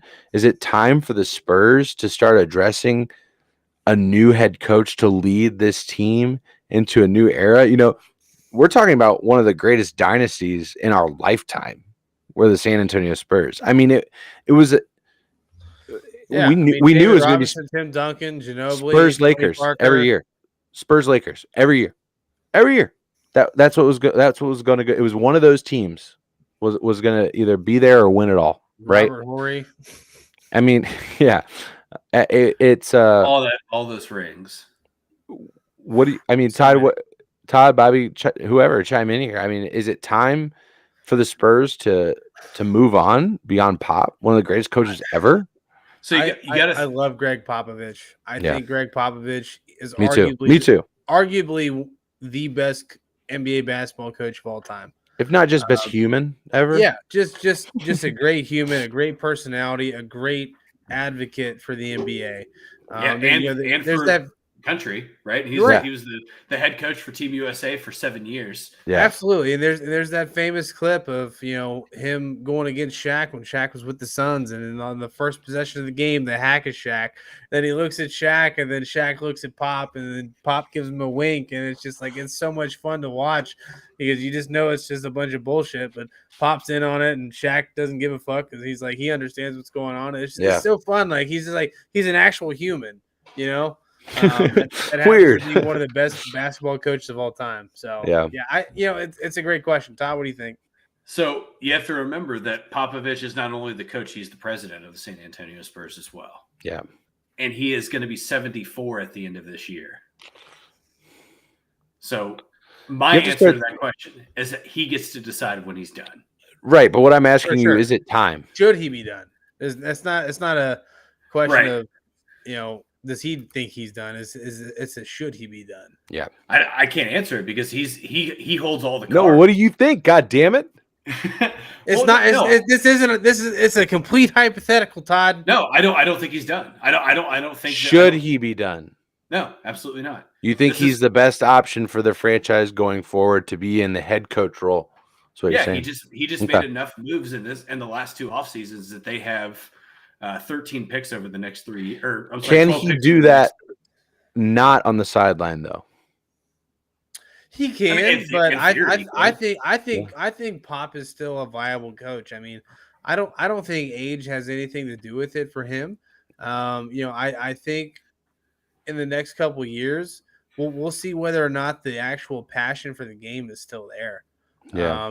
And for Pop, I don't think it's ever going to go away. I mean, that's you're a head coach at 74 years old. I don't see at any point in time after the age of 45 where if you were going to lose your passion for the game, you would have lost it already. Dude loves basketball. He loves coaching basketball, and he's one of the best to ever do it. I think that man's going to be there until he has an incident on the sideline, a health issue that's going to cause him to not be on the sideline. Kind of like Krzyzewski. Krzyzewski coached college basketball until he's 80 years old. I would say that Pop still got another 6 solid years on the sideline before he moves into a front office role, like permanently. I think really what he is honestly doing is setting the franchise up to be successful long after he's gone. Correct. I don't think he's in coach forever mode. I think he has a plan over the next couple of years to make this. I would say 6 years and he's out. I would say he's going to retire at the age of 80. I firmly believe that 75 is it for him. I think he's next year and then he's done. Yeah, I agree. I don't think he sticks around. I think, like I said, he's got to, call it like a 5-year plan that started 2 years ago. And I think he's in the phases now of setting the franchise up to be successful. Do I think he'll have a word in the way that it goes? Absolutely, he's the president of the franchise. Don't forget, his daughter is also involved in the Spurs franchise. Aaron Popovich is very involved in the Spurs. So he's rooting himself in there. He's earned that right as their coach, and his commitment to a franchise that rests in a city that literally has nothing else. That is sports for them. There's no other major sports franchises. Exactly. And the Spurs are king there and great. And he's rooted himself there and in that organization. But I think he's setting it up now with all of these acquisitions of draft picks, putting some young players in place here to either become future draft capital, right? They could flip these guys if they do well under Pop, right? And just setting them up to really build this franchise for another long dynasty style run. Yeah, that's fair. Look at what that's how they built it originally, right? Yeah, that's how they drafted Tim Duncan. Yeah. They had the Admiral, and then they drafted Tim Duncan. And then one of the Tony Parker as well, right? One of the greatest front courts in the history of mankind, David Robinson and Tim Duncan. I mean, I don't think anybody's going to argue with that. No. Yeah, I think Tony Parker was. Oh man, Tony Parker wasn't he drafted by the Spurs? He was, but he was like 4 or 5 years after they had Timmy D. Right, but they built it. But they built that dynasty from the draft, right? Yeah, and really it was a couple of small moves. They had signed Sean Elliott, and then they had already had David Robinson. They drafted Tim Duncan. Then they had Parker and Manu Ginobili, who ended up just somehow being really, really good at basketball, even though nobody had ever heard of him. But you got to remember too, San Antonio, or Popovich has historically just gone on some crazy flyers of draft picks.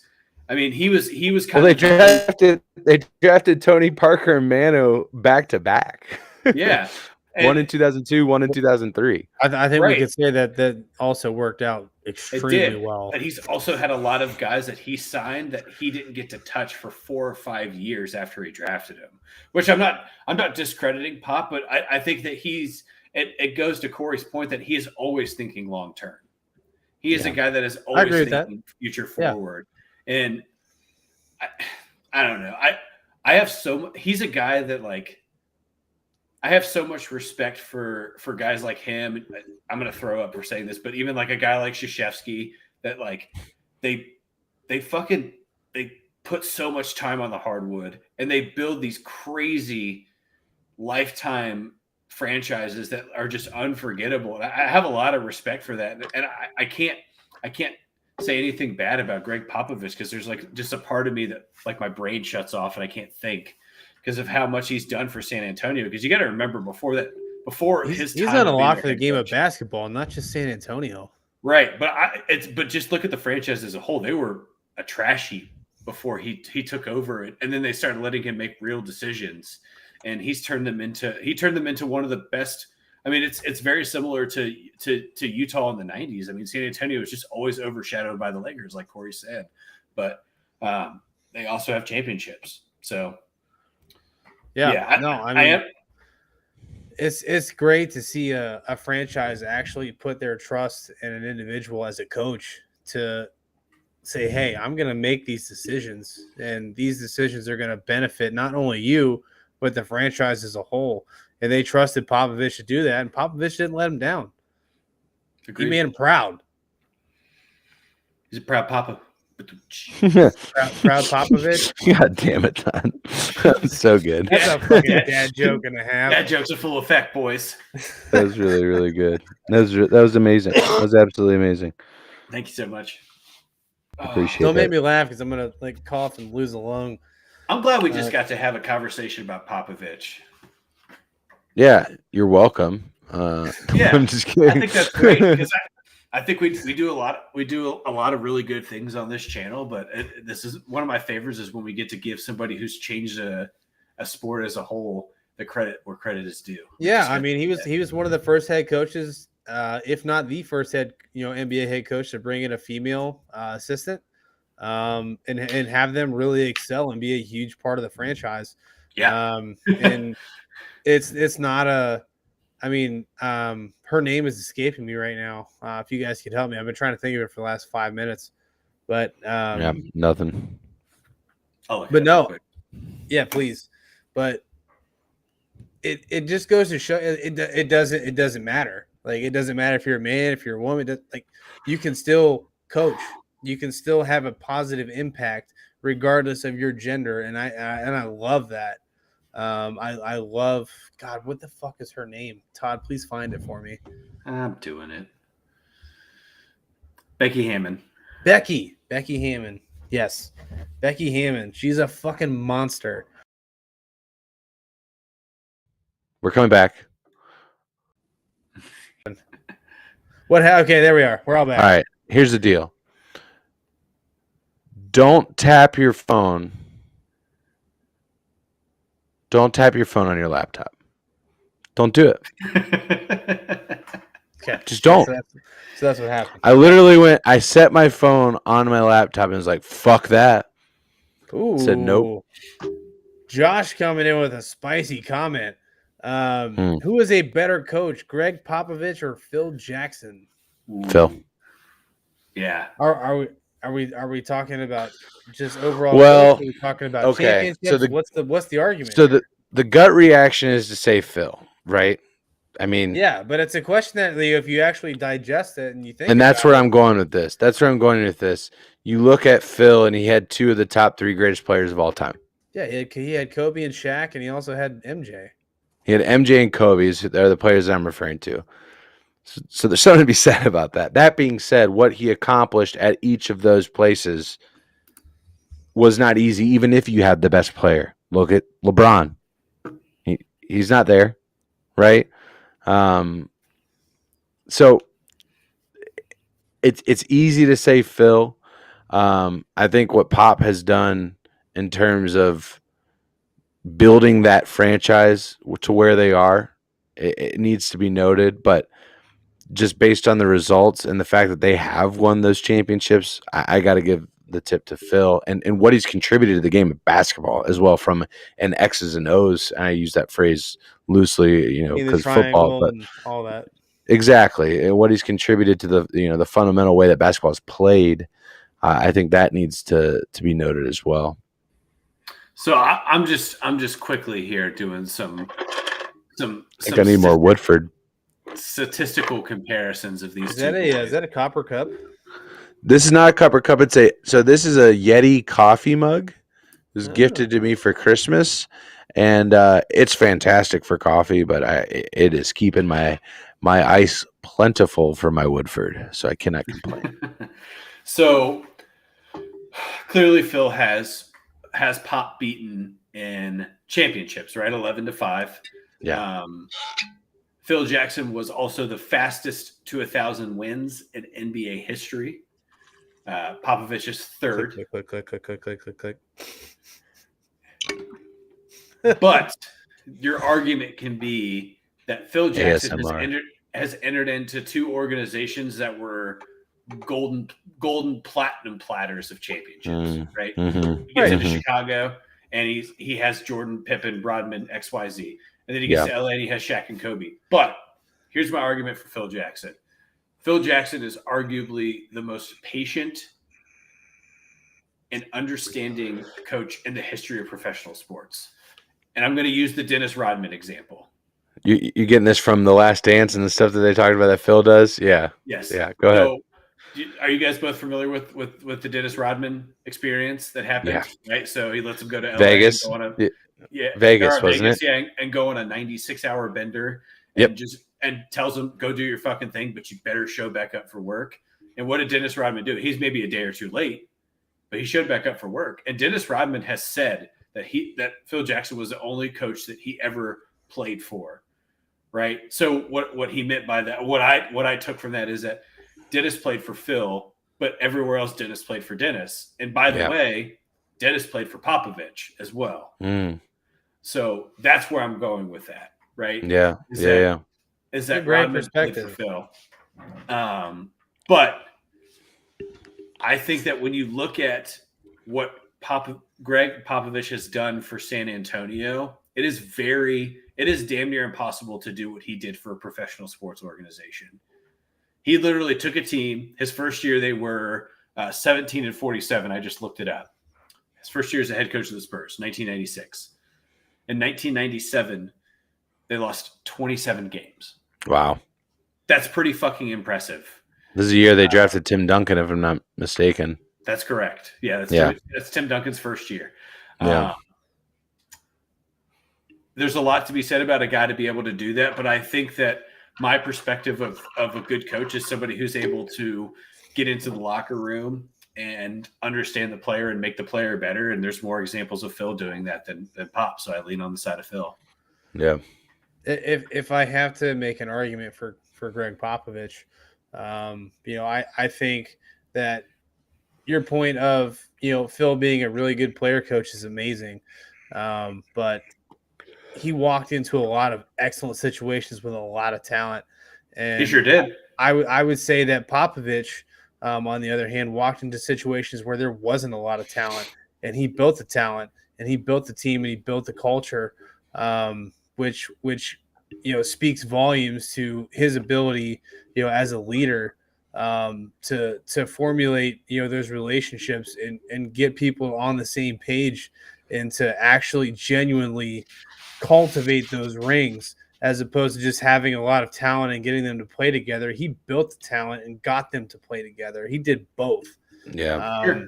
And that would be my argument for Pop, and why he's, not necessarily a better coach, but how he did it differently, and why I'm, slightly more impressed with the way that Pop did things than Phil. Yeah. You know what I love about this conversation is that we could all be right. Yeah. Yeah. Right? Because we're talking about two. It's a great question, but we're talking about two guys that are, to me, are 1 and 2 is the best coaches in NBA history. Right? Yeah. Correct. Pat Yeah, Riley Pat Riley is the closest third that you can get. Yeah. But it's cool that we get to have a conversation about this guy all in this platform and get to share our opinions this way. And I love it. That's one of my favorite things about why we do this. Absolutely. Shit. Joshua, about guys like this. Excellent question. Excellent answers to the Knicks questions earlier as well. Definitely appreciate your contribution to the show tonight. It's been huge. So, thanks, Josh. Thanks, appreciate you, buddy. Cream. But chat, we are approaching 2 hours. So I think we're gonna be wrapping it up here shortly. But if you guys have any other questions, any other topics you want us to debate, please let us know. But Todd, Corey, what are your guys' plans for this wonderful July 4th weekend? I know we had some conversation in the group chat about favorite 4th of July barbecue food item. Oh, so we do have that draft that we need to hold. Let's do it. Let's do it. Snake draft. Who gets first? Just like last night. So I picked first last night, so Bobby should pick first. Let's base this off of the fantasy football standings. All right. So Todd, me, you.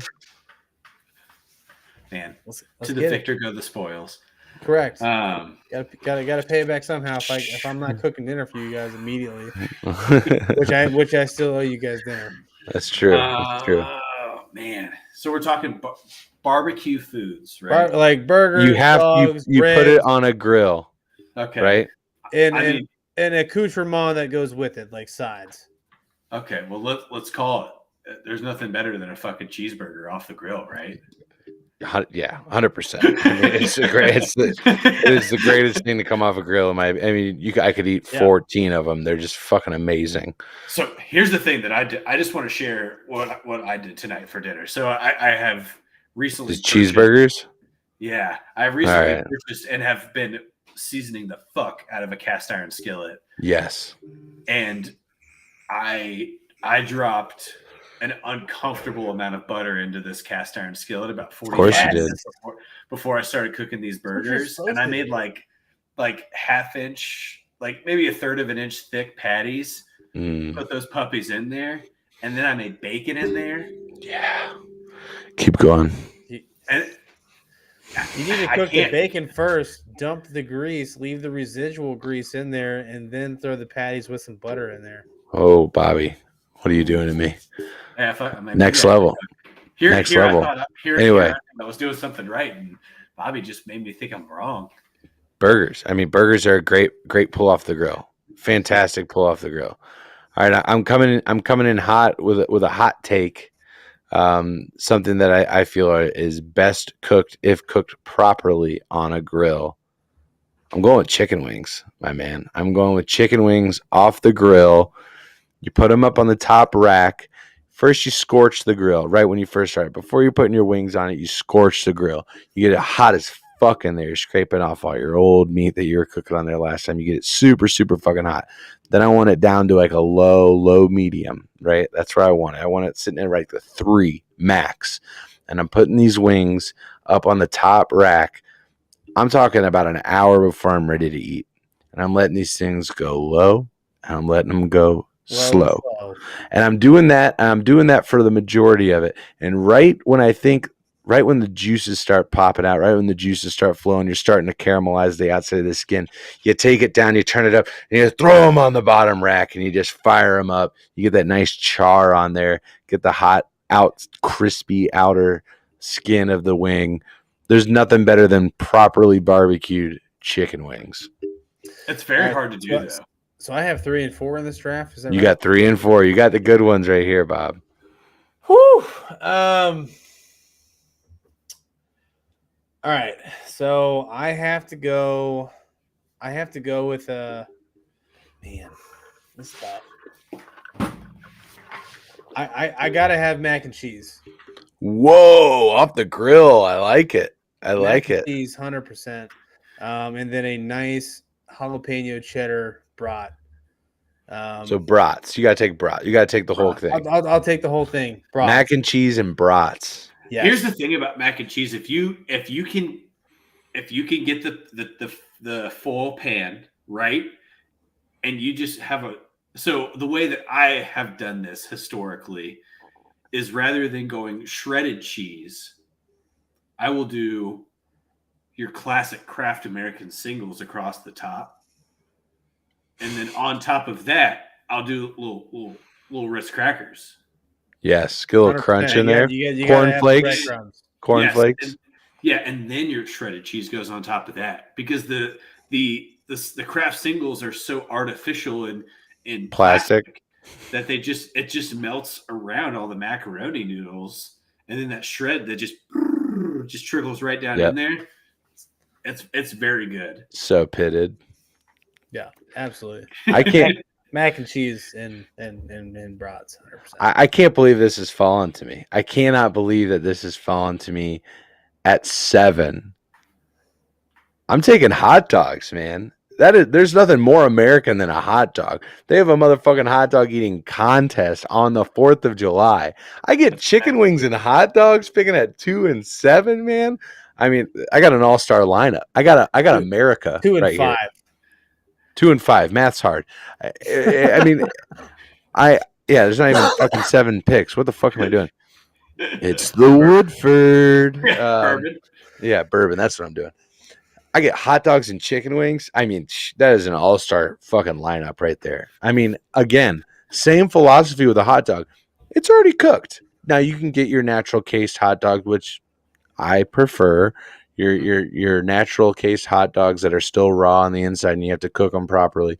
But if you're just getting like a 90% of Americans, and you're getting your ballpark Franks or something like that, low and slow on the top, my friend. You want to see that hot dog swell up, just like that thing between your thighs. Just let it swell up there on the top rack of that grill. Get nice, juicy for you, plump, and then throw it down and get your char marks. That's exactly what you want to do with your hot dogs.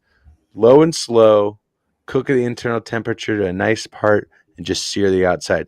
Wings, hot dogs. I'm fucking set, boys. You guys make me hungry. Todd, what do you got at 6? Boys, I'm going to round it out with I know where you're going. With some barbecue ribs. Yes, that's exactly what I would have done, Todd. I would have done the exact same thing if I were you at 1 and 6. I would have done the same thing. So let's continue with low and slow, right? I mean, yes. So if you're talking 4 to 6 hours here. So the way that I have, so again, I'm a charcoal man. So I'm gonna have a nice burger, then I'm gonna have ribs. We all have our flaws. So we're all different, and sometimes some of us are right. Some of us are right. Literally 75% of Rally Towel Sports disagrees with you. Some of you are wrong. Because I would say at least 50% because I'm on the charcoal train. Because Jesus, Robert. Have you've never had charcoal done right? Damn it, Bobby. That's all that I have to say. Propane is the greatest. Hank Hill was my father, I would. She is because your name's Bobby. I'd be the rebel and tell my dad that charcoal was the fucking way to go. So, if you are a man that cooks with charcoal, you're failing English. You speak English and likes to spend 45 minutes prepping a grill to be able to cook for 6 hours, like I do, because that's a part of it for me, right? So charcoal for me is wait till a little man's mobile. Wait till he's mobile. You can be like, fuck grilling. Fuck grilling. He is. Right. He is. What do you mean? He is. Well, you know what I mean. I That's yeah. So here's my charcoal rib grilling tactic here, right? So I like to start with a nice foil base along the bottom rack, and then you're controlling the temperature at that point, right? So with charcoal, the challenge is that you have no control of temperature. That's why people don't like cooking with charcoal, because you can cook with at 700 degrees and then 175 degrees. It changes fast. So little tin foil, you put the ribs down, and then you have a very nice mustard base. I'm a mustard based rib. Oh yeah, big time. Mustard base and Creole seasoning, as a matter of fact. That is It's my good shit. that is my. I put on my chicken. Base. Yeah, it's delicious. So then I'll do that for upwards of 7 hours. 7 hours is kind of the tea time, because I can get up at 6:30 or 7 in the morning, and then by 8 the ribs are on the grill. They're doing their thing, and then I could go step away, and I don't have to stand outside. Watch Joey Chestnut. Yeah, play some wiffle ball, throw the frisbee, right? Beat ass in cornhole. That's what I plan on doing. So at hour 7, pop that grill open. Foil comes out, ribs go right there on the rack. You get a little exterior char. Then it's sauce time. And here's the question for you boys: Are you a Montgomery Inn sauce or no? I like Montgomery Inn sauce. Montgomery Inn's good, but I am a sauce on the grill guy. Okay. I like heat on the sauce. And so you like heat on the sauce? Cooking it onto the meat. Absolutely.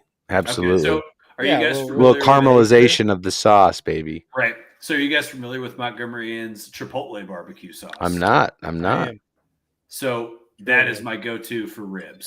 I will use that. I will use 32 ounces of that on 5 pounds of ribs, because I want to live in the sauce. Oh my God. Yes. Yes, Daddy. Yes, Queen.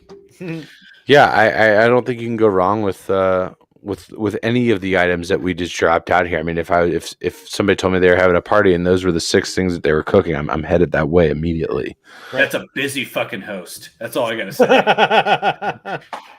That's a man. 100%. That's a man that owns 3 grills. Yep. He's got a fucking Traeger. He's got honorable mentions. What are some honorable mentions? Sweet corn off the grill. I mean, I know potato salad's popular, but I'm not. But off the grill, off the hot potato salad, nah. Well, I mean, I didn't know. I didn't know if we were just talking about sides. Well, just off the grill, grilling sweet. Yeah, grill. You can grill your sweet corn. Baked beans. Baked beans. That's another good one right off the grill there. Salmon. Yeah, I was gonna say salmon, or I think a lot of people do New York strips on 4th of July. That's a popular cut of meat on 4th of July. From my Kroger days, I know that. How about chicken breast, grilled chicken? Yeah, kebabs on the grill. Ooh, a little peppers, little mushrooms. Peppers, onions, I actually prefer, and maybe it's just because I'm weird, I don't like chicken on the grill. Really? I love it. I love grilled chicken. I would fucking boil chicken over eating it over on a grill. How about this? Yeah, fuck yeah, come on. Yeah, I'm weird. Yeah, you are. Well, I'm in quantity over quality, boys. How about pork chops? We miss pork chops. Love pork chops. Yes, so yes.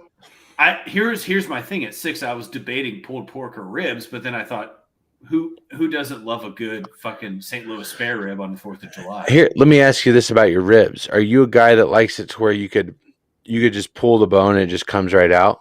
Is that what you think a good rib is? Not necessarily.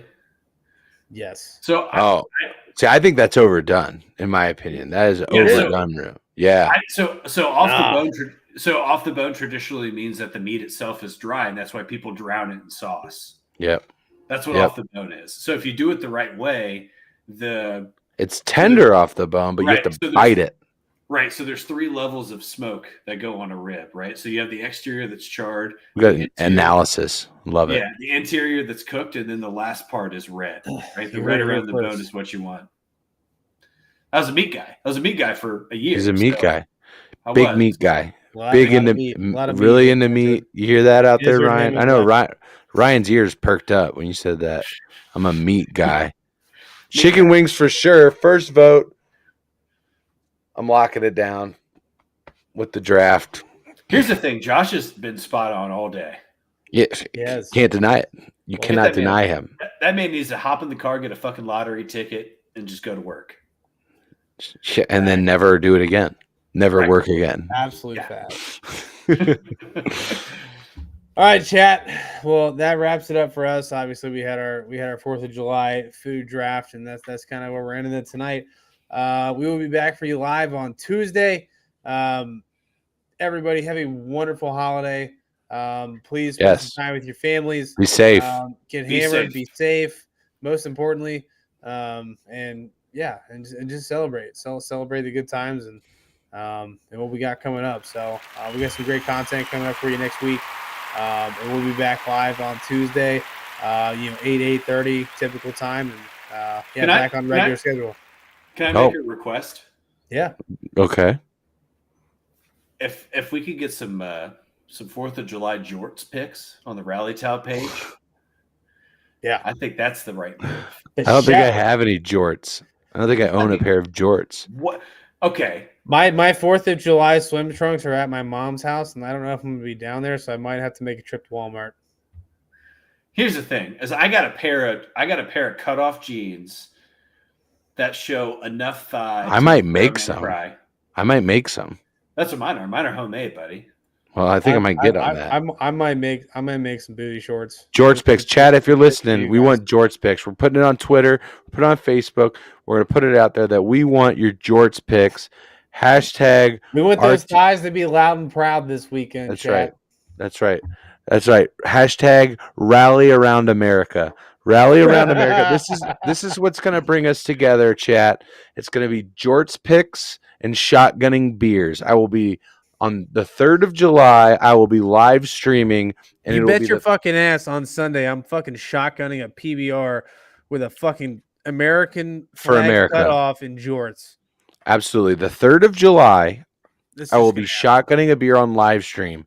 And I'm telling you right now, it will be the fastest shotgun you have ever seen in your entire life. I'm telling you that right now. Until I follow up his live stream with my live stream and show you how to actually shotgun a beer. If you let me go first, you won't. You won't want to do it. You'll put it down. I'm just telling you that right now. There's no shot. There's no shot. All right.